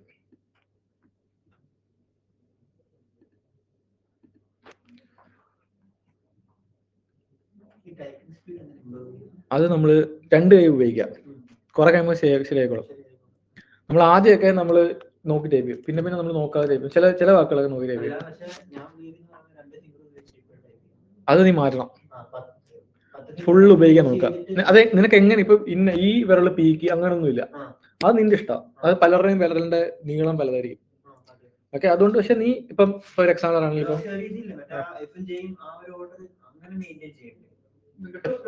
ഞാൻ അങ്ങനെ ചെയ്യാറില്ല. ഞാൻ അങ്ങനെ ഒരു നിയമത്തിനനുസരിച്ചല്ല, എനിക്ക് ഒരൊറ്റ കാര്യമുള്ളത്, ഇങ്ങനെ വെച്ചാൽ പിന്നെ എടുക്കരുത്. അതായത് ഇപ്പൊ എനിക്ക് പി അടിക്കണം, ഞാൻ ഇങ്ങനെ വന്നിട്ട് ഇങ്ങനെ വെച്ചിട്ട് ഇങ്ങനെ എടുത്ത് അടിക്കരുത്. ഇവിടെ ഇരിക്കുന്ന വെച്ചാൽ നോക്കിയേ, ഇവിടെ ലെവലിരിക്കുന്നത്, എനിക്കിപ്പോ എൻ്റർ അടിക്കണം, പി അല്ല ഇവിടെ എൻ്റർ അടിക്കണം. ഞാൻ ഇത് ഉപയോഗിക്കും, കണ്ടോ? അല്ലെങ്കിൽ ഇത് ഇങ്ങനെ വരരുത്. അപ്പോൾ കുറച്ച് സ്പീഡ് കിട്ടും. അപ്പോൾ നമുക്ക് നമ്മൾ അവിടെ ആ വിരൽ അവിടെ തന്നെ ഇരിക്കും, പെട്ടെന്ന് ചെയ്യാൻ പറ്റും. അത്രേ ഉള്ളൂ. അത് പതുക്കെ നോക്കിയാൽ മതി. ടൈം ആദ്യം നീ നോക്കി ടൈപ്പ് ചെയ്ത് പഠിക്കുക. പിന്നെ കുറച്ച് അത് നീ ബെറ്റർ ആയി കഴിയുമ്പോൾ നോക്കുക. എങ്ങനെ വേണം ചെയ്യാം. ഞാൻ അങ്ങനെ ചെയ്തത്. ഞാൻ ആദ്യമേ നോക്കി ടൈപ്പ് ചെയ്ത് പിന്നെ നമ്മൾ നോക്കാതെ ടൈപ്പ് ചെയ്ത് തുടങ്ങാം. അപ്പൊ നമുക്ക് കുറച്ച് സ്ലോ ആവും. പിന്നെ അത് കുറച്ച് കഴിയുമ്പോൾ ശരിയായി പോകും. പിന്നെ നമ്മൾ തുടങ്ങുമ്പോഴൊക്കെ നോക്കണം. എന്നാലും തന്നെ വന്നോളും. ഓക്കെ, അപ്പം ക്രിയേറ്റ് ചെയ്തോ HTML എന്ന് പറഞ്ഞ ഫോൾഡർ. നമ്മുടെ ആവശ്യം, നമ്മൾ ഇനി ഈ ഫോൾഡറിനകത്താണ് നമ്മുടെ എല്ലാ ഫയലും എഴുതാൻ പോകുന്നത്. HTML എല്ലാ ഫയലും എഴുതാൻ പോകുന്നത് ഇതിനകത്തായിരിക്കും. ഓക്കെ ആണല്ലോ? ഓക്കെ, അപ്പൊ നമ്മൾ എന്ത് ചെയ്യുന്ന വെച്ചാൽ നമ്മളിപ്പം ഒരു ഫയൽ എഴുതാൻ വേണ്ടി ഒരു ഫയൽ VS Code ഒരു ഫയൽ ക്രിയേറ്റ് ചെയ്തിട്ട് പിന്നെ അത് ക്ലോസ് ചെയ്തെടുത്ത് അങ്ങനെയൊന്നുമില്ല. നമ്മൾ എന്താ വെച്ചാൽ ഈ ഫോൾഡർ VS Code ഓപ്പൺ ചെയ്യാൻ പറ്റും. അപ്പം ഈ VS Code തന്നെ ഈ ഫോൾഡറിലെ എല്ലാ ഫയലും കാണാൻ പറ്റും. ഓക്കെ ആണല്ലോ? അപ്പൊ അതിനായിട്ട് നമ്മൾ ചെയ്യുന്നത് നിങ്ങൾ ആദ്യമേ VS Code ഓപ്പൺ ചെയ്യാം. നിനക്കില്ലേ VS Code? ഓപ്പൺ ചെയ്യാം. വലുതാക്കിയിട്ടേക്കാം VS Code. അപ്പൊ നിങ്ങൾക്ക് എന്തോ വന്നു, വെൽക്കം എന്നൊക്കെ പറഞ്ഞു വന്നോ? ഓക്കെ, അതൊക്കെ ഉണ്ട്. അവിടെ അതിന്റെ മുകളിലായിട്ടേ നിങ്ങൾക്ക് ഇവിടെ ഒരു ക്ലോസിന്റെ ചിഹ്നം കണ്ടോ? ആ ഒരു സാധനത്തിൽ ഇപ്പം നമ്മുടെ എന്താ എക്സാമ്പിൾ ഇവിടെ ഇങ്ങനെ ബോക്സ് ഒന്നുമില്ലേ നിങ്ങൾക്ക്, വെൽക്കം എന്നൊക്കെ പറഞ്ഞിട്ട് അവിടെ ഒരു ക്ലോസിന്റെ ചിഹ്നമില്ലേ, അത് ക്ലോസ് ചെയ്തേക്ക്. ഏതാ? അത് ക്ലോസ് ചെയ്തേക്ക്. ഓക്കെ, ഇനി അതെല്ലാം ഇട്ടേക്കാം. അപ്പൊ അതെല്ലാം പോയി. ഓക്കെ, ഫയൽ എന്നൊരു ഓപ്ഷൻ കണ്ടോ? ശ്രദ്ധിക്കണം, ഫയൽ എന്നൊരു ഓപ്ഷൻ. ഓക്കെ, നമ്മളിപ്പോൾ ഇങ്ങനെ എടുക്കുന്നതേ ഉള്ളൂ. ഇതിൽ സ്പീഡിൽ എടുക്കാനുള്ള വേറെ ഓപ്ഷൻസ് ഉണ്ട്. ആദ്യം ഇത് പഠിക്കാം, എന്തായാലും. ഓക്കെ, ഫയൽ എടുക്കുക. എന്നിട്ട് ഓപ്പൺ ഫോൾഡർ എന്നൊരു ഓപ്ഷൻ ഉണ്ട്. ഓക്കെ, ഞാൻ ഇത് ശ്രദ്ധിക്കണം, എന്നിട്ട് ചെയ്താൽ മതി. ഓപ്പൺ ഫോൾഡർ എടുത്തു. എന്നിട്ട് ഞാൻ ഇവിടെ വന്നു. അപ്പം ഞാൻ നോക്കി, ഓക്കെ, എനിക്ക് ഇതിനകത്ത് ഡെസ്ക്ടോപ്പിനകത്ത് TMD എന്ന് പറഞ്ഞ ഫോൾഡറിനകത്തുള്ള മെയിൻ 12 ആണ്. അപ്പം നിങ്ങൾ TMDക്കകത്ത് മെയിൻ 12 കയറിയിട്ട് അതിനകത്തുള്ള HTML ഓപ്പൺ ചെയ്യണ്ട. നിങ്ങൾ മെയിൻ ഓപ്പൺ ചെയ്യരുത്. ഈ HTML സെലക്ട് ചെയ്തിട്ട് വേണം ഓപ്പൺ കൊടുക്കാൻ. അങ്ങനെ കൊടുക്കുമ്പോഴേ ഓപ്പൺ ആയി. അതായത് ഇവിടെ നിങ്ങൾ മുകളിൽ HTML കാണും. അതിനർത്ഥം HTML എന്ന് പറഞ്ഞ ഫോൾഡർ ആണ് ഈ ഓപ്പൺ ആയി കിടക്കുന്നത്.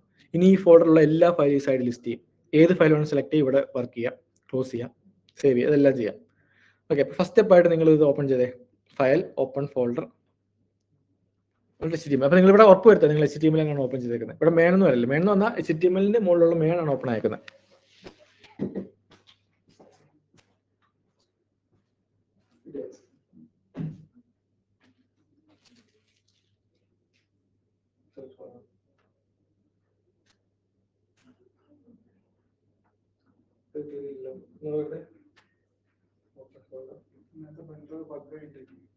ക്ലോസ് ചെയ്തത് VS Code ക്ലോസ് ചെയ്തേ. പേര് മാറിയണ്ട. ഒന്നുകൂടെ ഡെസ്ക്ടോപ്പ് മറ്റേ സാധനം ഡീലോ എക്സ്പ്ലോർ എടുത്താൽ മതി. എക്സ്പ്ലോർ എടുത്തോളാം.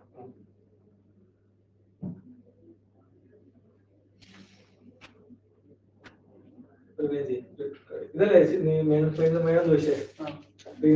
ക്ലിക്ക് ചെയ്തിട്ട്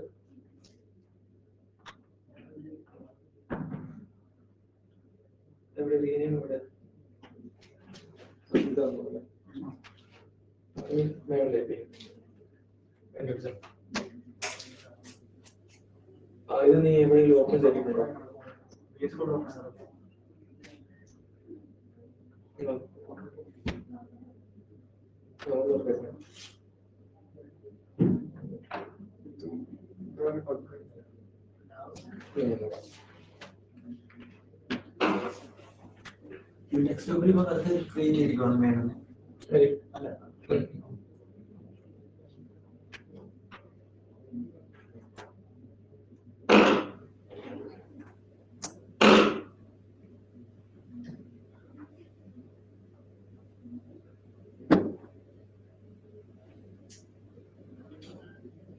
അതിനകത്ത് ഫോൾഡർ 4-5 നോട്ടിഫിക്കേഷൻ തന്നെ.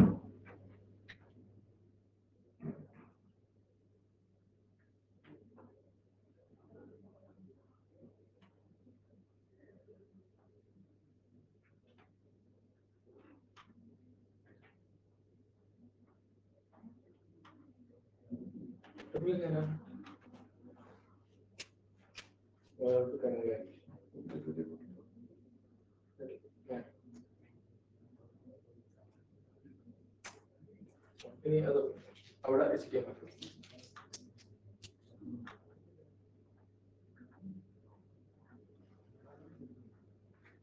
ചെയ്തോ ചെറിയ ചെറിയ അങ്ങനെ വലിയ അങ്ങനെ കുഴപ്പമില്ല. ഇനി അതോ ഒരെണ്ണം ക്ലോസ് ചെയ്തു.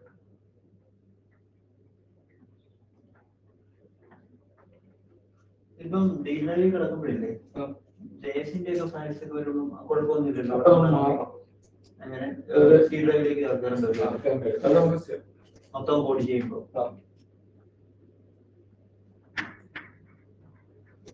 ഡി ഡ്രൈവിൽ നമുക്ക് വർക്ക് ആകത്തില്ല. അല്ല ഇതിനകത്ത് വർക്കാവുമോ?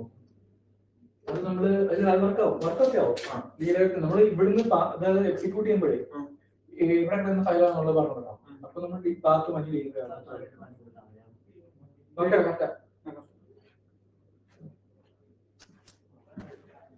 ഇപ്പം എല്ലാവരും HTML എന്ന് പറഞ്ഞ ഫോൾഡറിലാണുള്ളത്.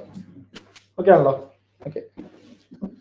ഇനി നിങ്ങൾ ഇവിടെ കണ്ടോ, ഇവിടെ കുറെ ഐക്കൺസ് ഉണ്ട്. ഒന്നാമത്തെ ഐക്കൺ എന്ന് വെച്ചാൽ HTML എന്ന് പറഞ്ഞ ഈ ഒരു ഫോൾഡറിനകത്ത് ഒരു ഫയൽ ക്രിയേറ്റ് ചെയ്യാനുള്ള ഐക്കണം. രണ്ടാമത്തെ വെച്ചാൽ ഫോൾഡർ ക്രിയേറ്റ് ചെയ്യാനുള്ള ഐക്കണം. മൂന്നാമത്തെ വെച്ച് കഴിഞ്ഞാൽ റീഫ്രഷ് ചെയ്യാൻ. ഇപ്പൊ നമ്മൾ എന്തെങ്കിലും ഒന്ന് ക്രിയേറ്റ് ചെയ്ത് വന്നില്ലെന്ന് വെച്ചാൽ ഒന്ന് റീഫ്രഷ് ചെയ്യാം വരും. ഓക്കെ, പുറത്തുനിന്ന് അത് തന്നെ. ഇപ്പൊ ഞാൻ ഇവിടെ കയറി എന്തെങ്കിലും ചെയ്തു, പുറത്തുനിന്ന് ചെയ്തു, ഇവിടെ ഒരു ഫയൽ ക്രിയേറ്റ് ചെയ്തു, ചിലപ്പോൾ ഇവിടെ വരത്തില്ല, ഒന്ന് റീഫ്രഷ് ചെയ്താൽ വരും. ഇതെന്ന് വെച്ചാൽ ഈ കുറെ ഫോൾഡേഴ്സ് ഓപ്പൺ ആയി കിടക്കുമെന്ന് വെച്ചാൽ ഒറ്റടി ക്ലോസ് ചെയ്യാൻ വേണ്ടിയുള്ള. ഓക്കെ, നിങ്ങൾ തൽക്കാലം ഇത് നോക്കിയാൽ മതി, ഇത് രണ്ടും നോക്കിയാൽ മതി. ഫസ്റ്റ് ഫയൽ ക്രിയേറ്റ് ചെയ്യുമ്പോൾ നമ്മൾ ഇനി ഫയൽ ക്രിയേറ്റ് ചെയ്യുമ്പോൾ ഒരു ഓർഡർ വരാൻ വേണ്ടി നമ്മൾ ഫയൽ ക്രിയേറ്റ് ചെയ്യുമ്പോൾ ഇവിടുത്തെ ഈ ഫയൽസ് കാണിക്കുന്നതിന്റെ പേര് വെച്ചിട്ടാണ്. ചിലപ്പോൾ നമ്മൾ ആദ്യം ക്രിയേറ്റ് ചെയ്ത് അടിയിൽ പോകും, ലാസ്റ്റ് ക്രിയേറ്റ് ആദ്യം വരും. അപ്പൊ അത് അങ്ങനെ വരാതിരിക്കാൻ വേണ്ടി നമ്മൾ ഇവിടെയും ഒരു നെയിമിംഗ് കൺവെൻഷൻ ചെയ്യാം. ഇത് നമ്മളിപ്പോൾ ഒരു HTML ഫയൽ എഴുതുമ്പോൾ നമുക്ക് ഇഷ്ടമുള്ള പേര് കൊടുക്കാം. .html മതി, വേറെ എന്ത് വേണമെങ്കിലും കൊടുക്കാം. പക്ഷെ നമ്മൾ ഇവിടെ ആ ഒരു ഓർഡറിൽ ഈ ഫയൽ ലിസ്റ്റ് ആയി കിടക്കാൻ വേണ്ടി നമ്മൾ നമ്പർ ഇട്ട് ഫസ്റ്റ് സോർട്ട് ചെയ്ത് വരാൻ വേണ്ടി ഇനി അങ്ങോട്ട് ഇപ്പൊ അടുത്ത ഫയൽ കഴിയുമ്പോൾ 01 02. ഇത് നിർബന്ധമില്ല, പക്ഷെ എന്തായാലും എക്സ്റ്റൻഷൻ .html ആയിരിക്കണം. ഇത്രേ ഉള്ളൂ. ഒരു ഫയൽ ഞാൻ ക്രിയേറ്റ് ചെയ്തു. ഓക്കെ, അപ്പൊ ഫയലിന് പേര് കൊടുക്കുമ്പോൾ സ്പേസ് ഇടരുത്.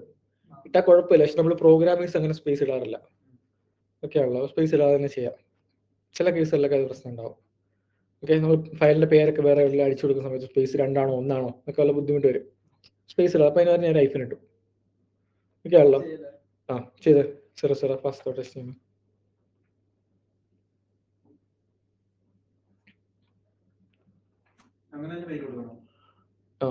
നീ അത് തന്നെ കൊടുക്കാമെന്ന് വെച്ചാലേ ഞാൻ കാണിച്ചു തരാം. ഇഷ്ടമുള്ള പേര് കൊടുത്താൽ കുഴപ്പമൊന്നുമില്ല, എന്ത് പേര് വേണം കൊടുക്കാം. ഞാനിത് കൊടുക്കാൻ നിർബന്ധിക്കുന്നതിന്റെ അനുസരിച്ച് നിങ്ങൾക്ക് കുറച്ച് കഴിയുമ്പോൾ അത് പ്രയോജനപ്പെടും. അതായത് അപ്പൊ ഞാൻ നേരത്തെ വേറെ പഠിപ്പിച്ചൊരു ക്ലാസ് കാണിച്ചു തരാം. കണ്ടോ? അപ്പൊ നമുക്ക് ഓക്കെ പെട്ടെന്ന് ഇവിടെ നിന്ന് അറിയാം. മാർജിൻ ഇത് ടോപ്പ് കണ്ടോ. ഇനി നമ്മൾ അങ്ങോട്ട് വരുന്ന പഠിക്കുന്നതിനെ പറ്റിയുള്ള പേര് കൊടുത്തായിരിക്കും. അപ്പൊ നമുക്കൊരു ഓർഡർ ഉണ്ട് അല്ലെ, അപ്പൊ പെട്ടെന്ന് എടുക്കാൻ പറ്റും ഏതായിരുന്നു എടുക്കായിരിക്കും. അതുകൊണ്ടാണ് നമ്മൾ അങ്ങനെ ചെയ്യുന്നത്. ഇഷ്ടമുള്ള പേര് കൊടുക്കാം. ഓക്കെ, അപ്പൊ ഇത് ഫോളോ ചെയ്ത് പോകുന്നതാണ് ബെറ്റർ. അപ്പൊ എനിക്കാണെങ്കിലും പറയാനുള്ളൂ 14ാമത്തെ എടുത്തെന്ന് പറഞ്ഞാൽ നിങ്ങൾക്ക് എടുക്കാമല്ലോ. ഓക്കെ, ക്രിയേറ്റ് ചെയ്തോ? ഇതാണ് നമ്മുടെ എന്ത് HTML ഫയൽ. ഓക്കെ, ഇത് നമ്മൾ ക്രിയേറ്റ് ചെയ്തു. ഓക്കെ, ഒന്നും എഴുതിയിട്ടില്ല. ഓക്കെ ആണല്ലോ. നമ്മൾ ഈ HTML ഫയലിന്റെ പ്രത്യേകത വെച്ചാൽ ഈ ഫയൽ നമ്മൾ കാണുന്നത് ബ്രൗസറിലായിരിക്കും. അപ്പം ഇത് ഓപ്പൺ ചെയ്യാൻ വേണ്ടി നിങ്ങൾ ഫോൾഡറിലേക്ക് വരിക. നിങ്ങൾക്ക് മറ്റേ ഓൾട്ട് ടാബ് അറിയാമല്ലോ, ഓൾട്ട് ടാബ് പെട്ടെന്ന് സ്വിച്ച് ചെയ്യാൻ, അതൊക്കെ യൂസ് ചെയ്യാം. ഓക്കെ, അപ്പൊ എന്ത് ചെയ്യുക, ഇവിടെ വരിക, നമ്മുടെ ഫോൾഡർ കയറുക, HTML എന്ന് പറഞ്ഞ ഫോൾഡർ കയറുക. അപ്പൊ ഒരു ഫയൽ ഉണ്ടാവും. അപ്പം നിങ്ങൾ ഇത് ഡബിൾ ക്ലിക്ക് ചെയ്യുമ്പോൾ മിക്കവാറും നിങ്ങളുടെ ഡിഫോൾട്ട് ആപ്പ് എഡ്ജ് ആണെങ്കിൽ നിങ്ങൾക്ക് എഡ്ജിലായിരിക്കും ഓപ്പൺ ആവുക. നിങ്ങൾ എന്ത് ചെയ്യണം വെച്ചാൽ സ്റ്റാർട്ട് ഇല്ലേ, നിങ്ങളുടെ ടാസ്ക് ബാറിൽ സ്റ്റാർട്ട് ഇല്ലേ, അവിടെ പോയിട്ട് ഡിഫോൾട്ട് ആപ്പ് എന്ന് സെർച്ച് ചെയ്യുക.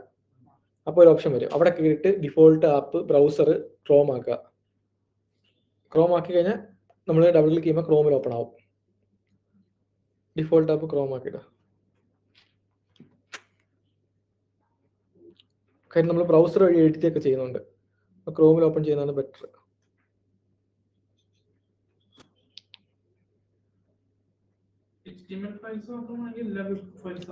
HTML ഫയൽസ് എല്ലാത്തിലും കുഴപ്പമില്ല.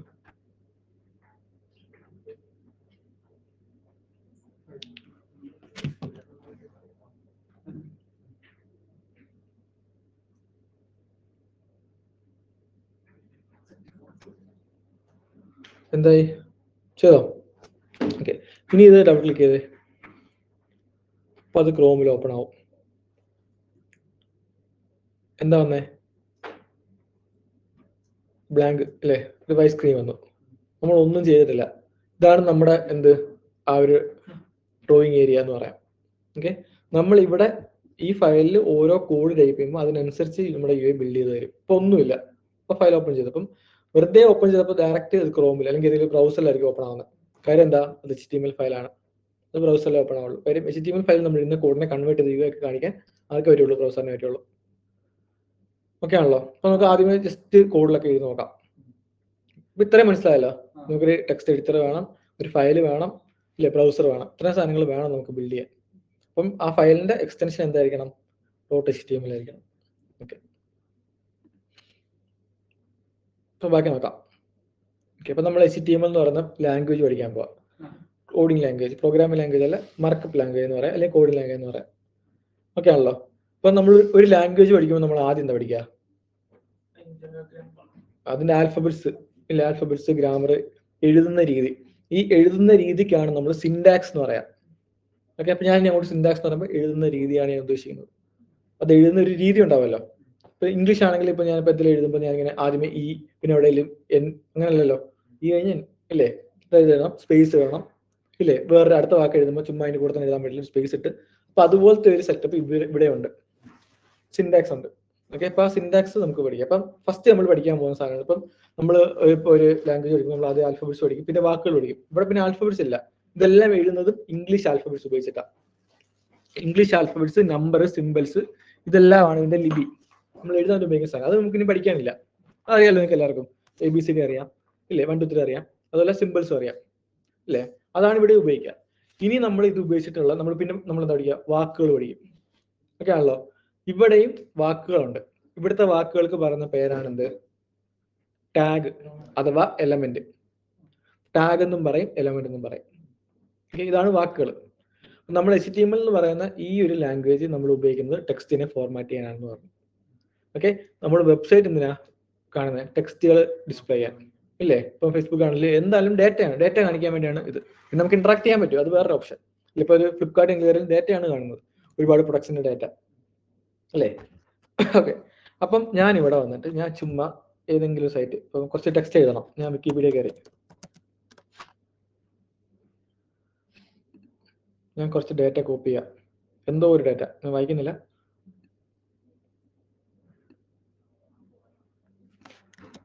ഓക്കെ, കോപ്പി ചെയ്തു. അപ്പൊ ഞാൻ നമ്മുടെ ഫയലിൽ വന്നിട്ട് ഈ ഡേറ്റ കിട്ടും.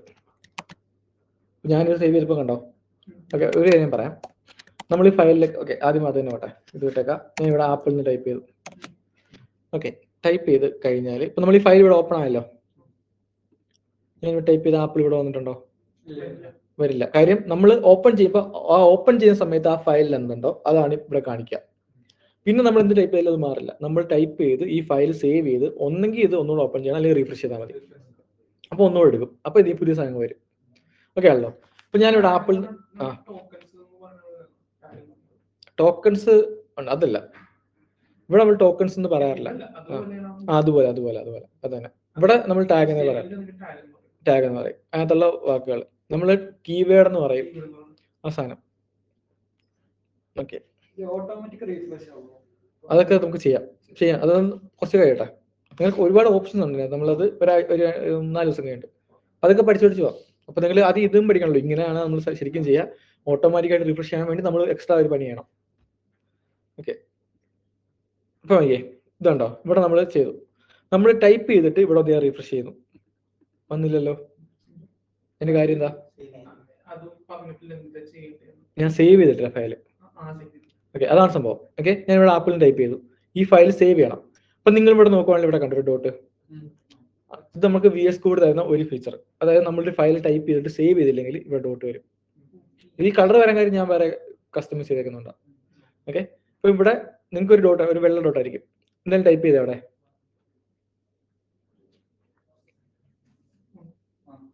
ടൈപ്പ് ചെയ്തോ? ഡോട്ട് വന്നല്ലോ. അതിനർത്ഥം വെച്ചാൽ നിങ്ങൾ എന്തോ ടൈപ്പ് ചെയ്തു, ടൈപ്പ് ചെയ്ത സാധനം സേവ് ചെയ്തിട്ടില്ല. അപ്പൊ സേവ് ചെയ്യാൻ വേണ്ടി നമ്മൾ ഉപയോഗിക്കുന്ന ഷോർട്ട് കട്ട് എന്താ? Ctrl+S. ഒന്നേ നിങ്ങൾക്ക് ഫയൽ സേവ് കൊടുക്കാം, അത് വേണ്ട, അതിലേക്ക് പോയേ വേണ്ട. നമ്മൾ പ്രോഗ്രാമിംഗ് എപ്പോഴും ഷോർട്ട് കട്ടാണ് ഉപയോഗിക്കുക. ഓക്കെ, നിങ്ങൾ കൺട്രോൾ എസ് അടിച്ചാൽ കൺട്രോൾ യൂസ് ചെയ്തിട്ട് എസ് അടിച്ചാൽ സേവ് ആയി. ഓക്കെ, പിന്നെ പ്രോഗ്രാം ചെയ്യുമ്പോൾ എപ്പോഴും 2 കൈ ഉപയോഗിക്കുക. ഇപ്പൊ കൺട്രോൾ എസ് ഒക്കെ ചെയ്യാൻ വേണ്ടി ഈ കൈ മതി, കാര്യം ഇവിടെ ആണല്ലോ രണ്ടും. ഓക്കെ, ചെയ്തോ? സേവ് ആയോ? സേവ് ആയപ്പോ ഡോട്ട് പോയോ? അപ്പൊ സേവ്ഡ് ആണെന്ന് ആണ് തീർച്ചയാക്കുന്നത്. ഓക്കെ, ഇനി നിങ്ങൾ ഇപ്പുറത്ത് വരിക, ഒന്ന് റിഫ്രഷ് ചെയ്യുക.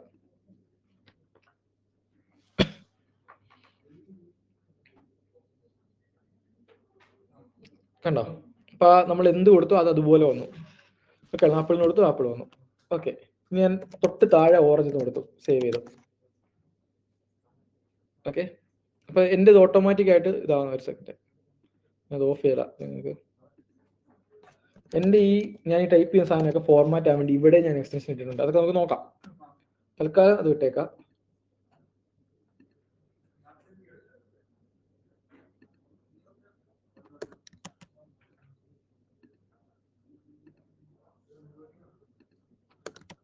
ഓക്കെ, അപ്പൊ ഞാൻ എന്ത് ചെയ്തു? ഞാനിവിടെ അടുത്ത ഓറഞ്ച് എഴുതി സേവ്, അടുത്ത ലൈനിലാണ് എഴുതി സേവ് ചെയ്തു. അടുത്ത ലൈനിലാണോ വന്നേ? അങ്ങനെ വരുത്തണമെങ്കിൽ നമ്മൾ വേറെ ടാഗുകളൊക്കെ ഉപയോഗിക്കണം. ഇതിപ്പോ ചുമ്മാ ഇങ്ങനെ ഡാറ്റ കാണിക്കുള്ളൂ. നമ്മൾ എന്തിട്ടാലും ഞാൻ ഒരു കാര്യം ചെയ്യാം, ഞാൻ ഇപ്പൊ തൊട്ട് മുമ്പ് കോപ്പി ചെയ്ത പോലെ ഏതാ എവിടെയാ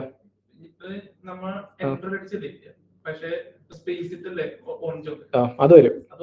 അതൊരു നമ്മളിപ്പോ എൻട്രി അടിച്ചിട്ടാണ് നമ്മൾ ചെയ്തതെങ്കിൽ അവിടെ അതുണ്ടാവും. എൻട്രി അല്ലേ അടിച്ചേ, അപ്പൊ അത് സ്പേസ് ആയിട്ട് എടുക്കുള്ളൂ, നമുക്ക് അടുത്ത ലൈന് വരില്ല.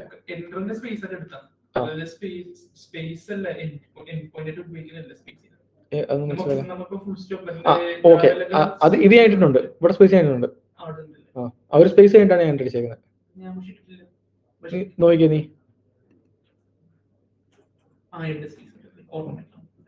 ഓക്കെ, ആ സംഭവം അല്ലെങ്കിൽ തോന്നിച്ചേ വരുള്ളൂ. ഇത് നോക്കിക്കോ, ഞാൻ ഇവിടുന്ന് വലിയ ടെക്സ്റ്റ് കോപ്പി ചെയ്യാം.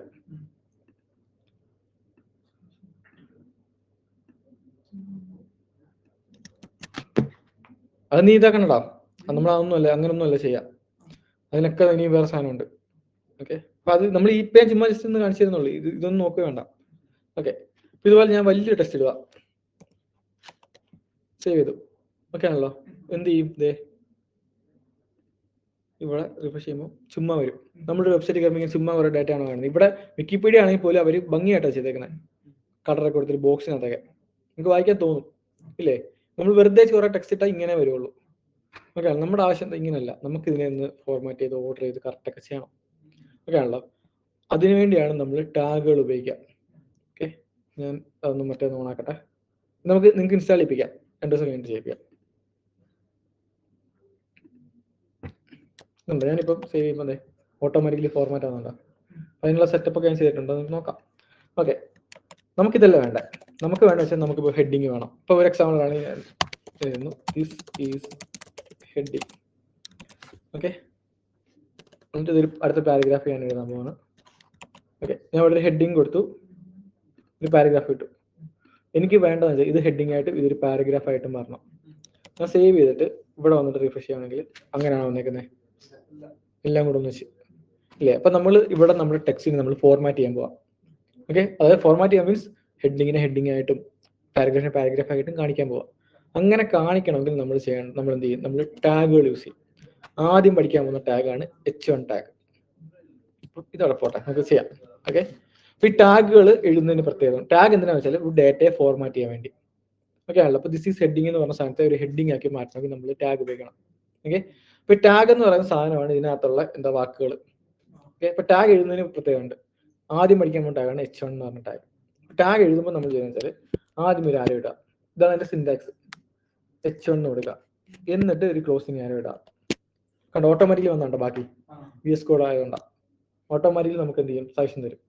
ഓക്കെ, അപ്പൊ ഈ ടാഗിന് പ്രത്യേകം വെച്ചാൽ ഈ ടാഗിന് H1 എന്ന് പറഞ്ഞ ടാഗിന് ഓപ്പണിംഗ് ടാഗ് ഉണ്ട്, ക്ലോസിംഗ് ടാഗ് ഉണ്ട്. ഇതാണ് അതിന്റെ ഓപ്പണിംഗ് ടാഗ്, ഇതെന്റെ ക്ലോസിംഗ് ടാഗ്. അപ്പം ഇത് എഴുതുന്നത് എങ്ങനെയാ വെച്ചാൽ നമ്മൾ ആദ്യം H1 എഴുതുക, അപ്പുറത്തും ഇപ്പുറത്തും ഒരു ആരോ ഇടുക. എന്നിട്ട് ക്ലോസിംഗ് ടാഗിന്റെ പ്രത്യേകത നോക്കിയേ, ഒരു സ്ലാഷ് ഉണ്ട്. ഇത് എവിടെയെങ്കിലും ഇട്ടാൽ പോരാ, ആരോ ഇല്ലേ, എന്നിട്ട് സ്ലാഷ് H1 പിന്നെ ആരോ. ഇതാണ് ടാഗ്.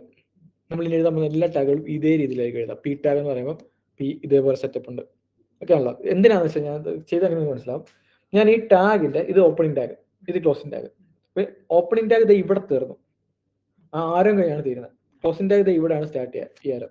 ഈ ഓപ്പണിംഗ് ടാഗിന്റെയും ക്ലോസിംഗ് ടാഗിന്റെയും ഇടയ്ക്ക് ഞാൻ ടെക്സ്റ്റ് ചെയ്യുന്നു.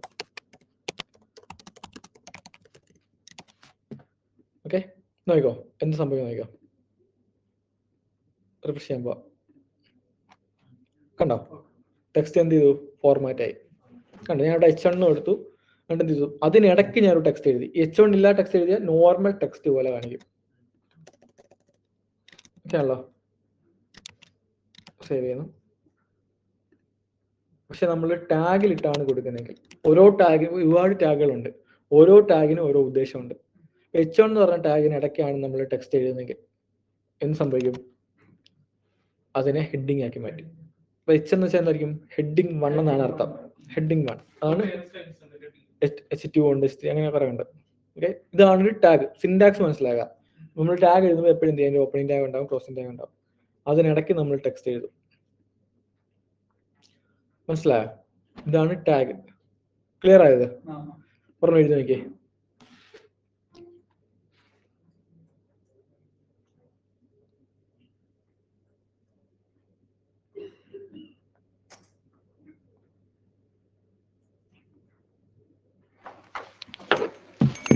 ഒരു സെക്കൻഡ്.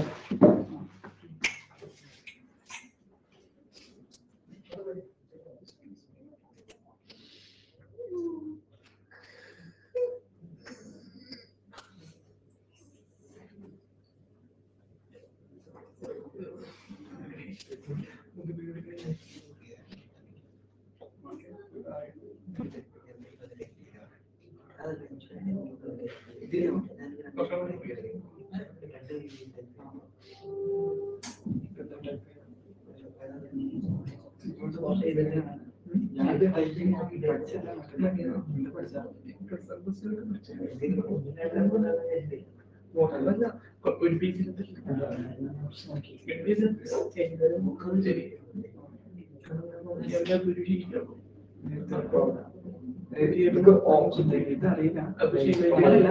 നമുക്ക് ടൈപ്പ് ചെയ്യാനൊക്കെ അറിയാം. പ്രാക്ടീസ്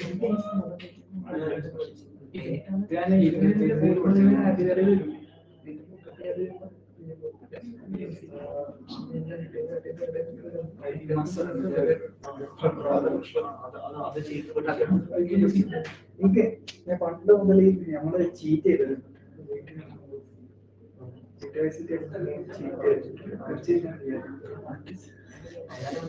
അങ്ങനല്ല, പിന്നെ അങ്ങനെ കോഡിങ് പഠിച്ചു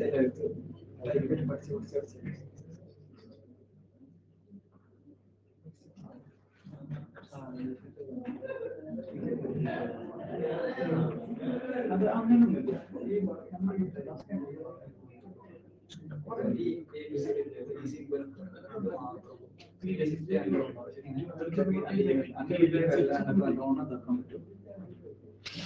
ഇതൊന്നും അതിന്റെ എനിക്കറിയില്ല. ഞാൻ അത്രയും ഉപയോഗിച്ചിട്ടൊന്നുമില്ല. അത്രയും ഉപയോഗിച്ചിട്ടൊന്നുമില്ല. എനിക്ക് ഇതൊന്നും ഇങ്ങനെ എത്തൂലല്ലോ. അഡ്ജസ്റ്റ് ചെയ്ത്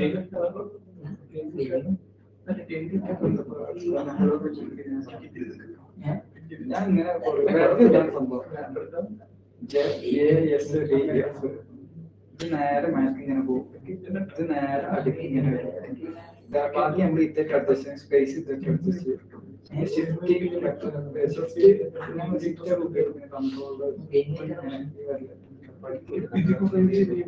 കോഡ് ചെയ്തപ്പോൾ നമ്മൾ നല്ലോണം പഠിക്കും. 2 കൊല്ലം ഞാനത് 2 കൊല്ലം ചെയ്യാൻ പിന്നെ ഇങ്ങനെ മാറ്റിയെടുത്തത്. അല്ലേ ഞാൻ ചെയ്തില്ല.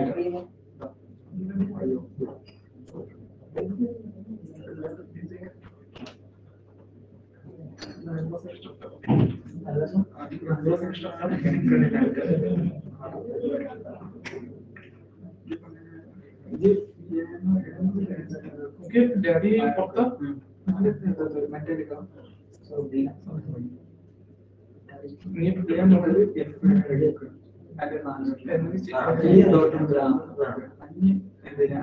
നോക്കാതെ നോക്കിയിട്ട് ഈ ബാറ്റിൽ മാത്രം വെക്കാൻ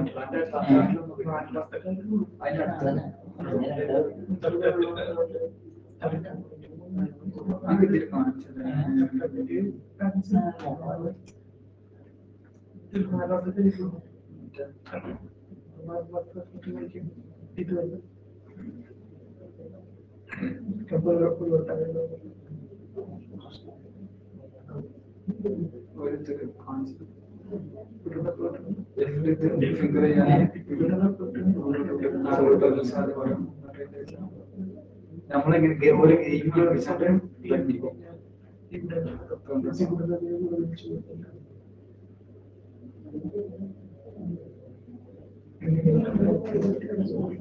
ടൈപ്പ് ചെയ്യാൻ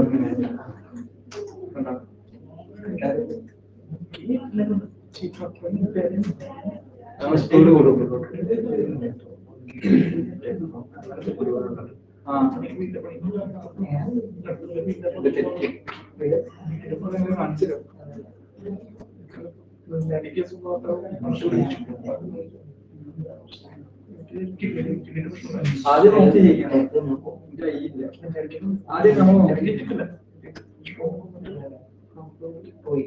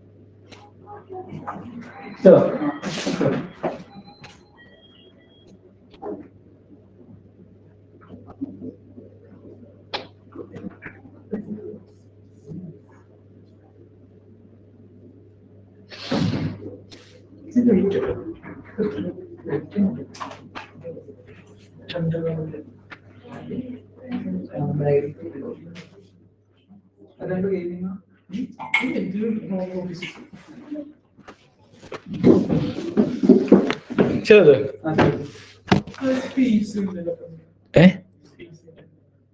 പഠിക്കാം.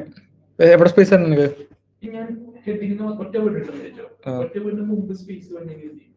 അത് നമുക്ക് ചെയ്യാം. അത് വേറെ ഇതുണ്ട്. ഇതിനകത്തുള്ള പ്രശ്നം നമുക്കിപ്പം ഒരുപാട് സ്പേസ് ഒന്നും ഇടാൻ പറ്റില്ല.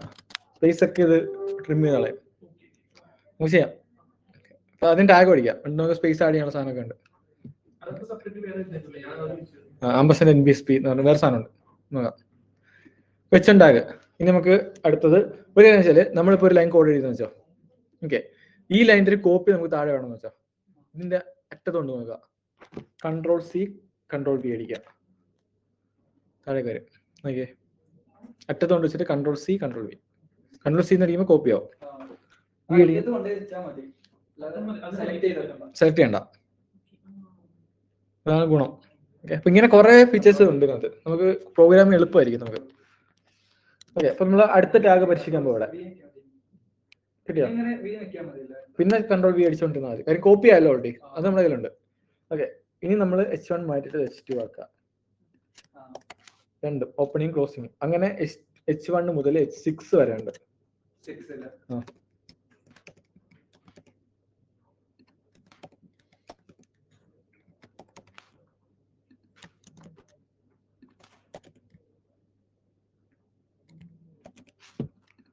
സേവ് ചെയ്തിട്ട് ഒന്ന് നോക്കിയേ എന്താ പ്രത്യേകത.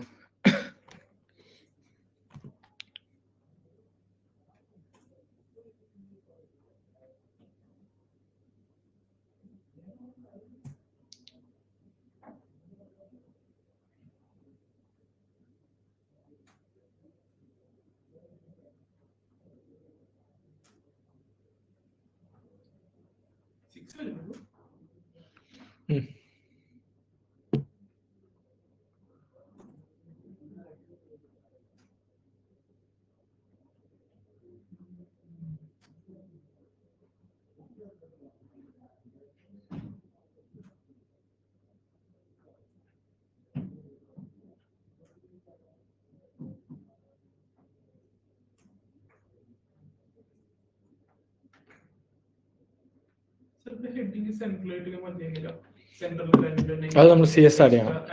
CSS ആഡ് ചെയ്യണം.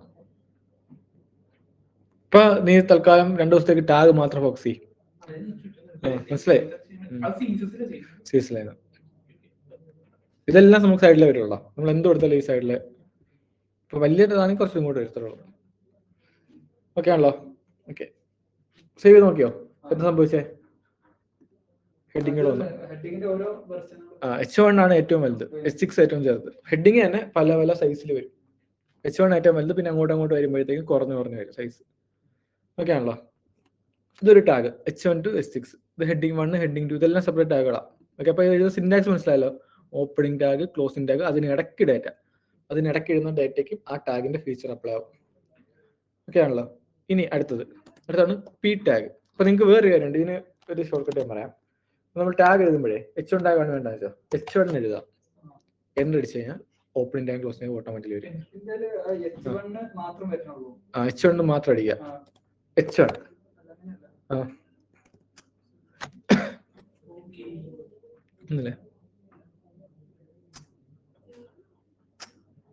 വന്നില്ലേ? H1 ടൈപ്പ് ചെയ്യാൻ അടിച്ചാൽ മതി. അപ്പൊ അത് വരും. പിന്നെ നമുക്ക് ഇവിടെ ഇടയ്ക്ക് എഴുതാം. അവിടെ തന്നെ അധികം കർസർ ഇരിക്കുക. വേണ്ട, വെറുതെ H1 മാത്രം കൊടുത്താൽ എന്നാലേ വരുള്ളത്. ഇനി P ടാഗ്, വേറെ ടാഗ് ഉണ്ട്, P ടാഗ് എന്നുവെച്ചാൽ പാരഗ്രാഫ് ടാഗ്. ഞാൻ ഇവിടെ P അടിച്ചിരുന്നു, അടിച്ചു കഴിഞ്ഞാൽ P ടാഗ് വരും. ഞാൻ ഇവിടെ നിന്ന് കുറച്ച് ടെക്സ്റ്റ് കോപ്പി ചെയ്ത ഈ P ടാഗിന് ഇടയ്ക്കോട്ട് പേസ്റ്റ് ചെയ്യണം. ഇടയ്ക്ക് വെച്ചിട്ട് പേസ്റ്റ് ചെയ്ത് സേവ് ചെയ്തു. ഓക്കെ, ഞാൻ ഒരു പാരഗ്രാഫ് ഇട്ടു, വേറൊരു പാരഗ്രാഫ്, അടുത്ത P ടാഗ്. ആ P ടാഗ് ഞാൻ ഓപ്പൺ ചെയ്ത് ക്ലോസ് ചെയ്യാൻ കുറച്ച് ഡാറ്റ എഴുതി. അപ്പൊ P1 P2 ഇല്ല. ഓക്കെ, അത് H1 മാത്രമേ ഉള്ളൂ. Pക്ക് P മാത്രം. H1 to H6 ഉണ്ട്, Pക്ക് P എന്ന് പറഞ്ഞ ടാഗേ ഉള്ളൂ. അപ്പൊ അടുത്ത P ആണെങ്കിൽ അടുത്ത P. ഓക്കെ, ഇപ്പൊ ഇവിടെ ഒരു P ടാഗ് ഓപ്പൺ ചെയ്ത് കുറച്ച് ഡാറ്റ ഇട്ടു, അടുത്തൊരു P ടാഗ് ഓപ്പൺ ചെയ്ത് കുറച്ച് ഡാറ്റ ഇട്ടു, ക്ലോസ് ചെയ്തു. ഓക്കെ, ഞാൻ ഇത് റൺ ചെയ്യുമ്പോൾ ഓക്കെ, ഇതൊരു പാരഗ്രാഫ്, ഇതാദ്യത്തെ P ടാഗിലുള്ള പാരഗ്രാഫ്, ഇത് രണ്ടാമത്തെ P ടാഗിലുള്ള പാരഗ്രാഫ്. ശരി,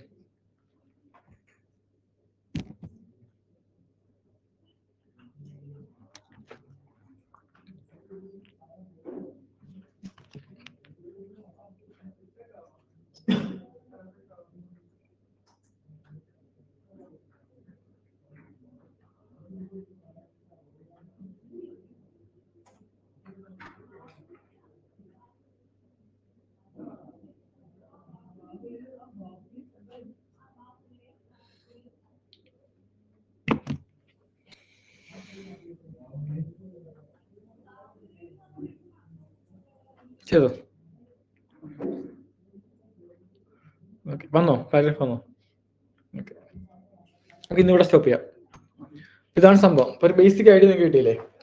അതായത് എന്താണ് വെബ്സൈറ്റ്, എന്താണ് നമ്മൾ ബിൽഡ് ചെയ്യാൻ പോകുന്നത്, നമ്മൾ H1 മേടിച്ചു, P മേടിച്ചു, നമുക്ക് ബാക്കി ഇനി അങ്ങോട്ട് നോക്കാം. ഡീറ്റെയിൽ ആയിട്ട് അടുത്ത ക്ലാസ് നോക്കാം. അപ്പൊ നമ്മൾ ബേസിക് ആയിട്ട് ടാഗ് എങ്ങനെ യൂസ് ചെയ്യണം, ടാഗ് എന്താന്ന് മനസ്സിലായി നിങ്ങൾക്ക്? എന്തിനാ? ഫോർമാറ്റ് ചെയ്യാൻ വേണ്ടി. നമ്മൾ ടാഗിന് ഇടയ്ക്കാണ് നമ്മൾ ഡേറ്റ എഴുതുക. ഓക്കെ ആണല്ലോ? എന്നിട്ട് നമ്മൾ എന്ത് ചെയ്യും? നമ്മൾ അത് എഴുതുമ്പോഴത്തേക്ക് ഇപ്പൊ H1 ആണെങ്കിൽ ആ ഒരു ഡേറ്റയ്ക്ക് അതിന്റെ ഒരു ഫീച്ചർ അപ്ലൈ ആവും. മനസ്സിലായി? അപ്പൊ നമുക്ക് ഇവിടെ എന്തൊക്കെ വേണം? ബ്രൗസർ വേണം, ടെക്സ്റ്റ് എഡിറ്റർ വേണം, ഇല്ലേ? നമ്മൾ ഒരു ഫയൽ വേണം, അതിന്റെ എക്സ്റ്റൻഷൻ എന്തായിരിക്കും? .html ആയിരിക്കണം. ഓക്കെ ആണല്ലോ? ടാഗ് എന്ന് പറയുന്നത് വേർഡ്. വേർഡ് അതിന്റെ HTML ഉള്ള വേർഡാണ് ടാഗ്.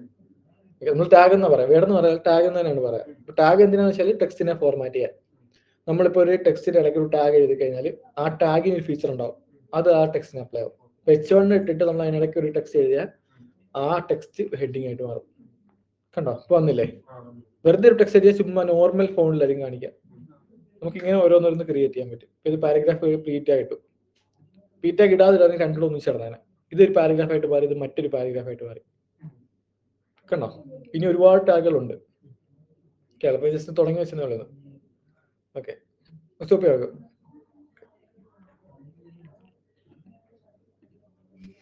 നമ്മളെ ക്ലാസ് കഴിഞ്ഞിട്ട്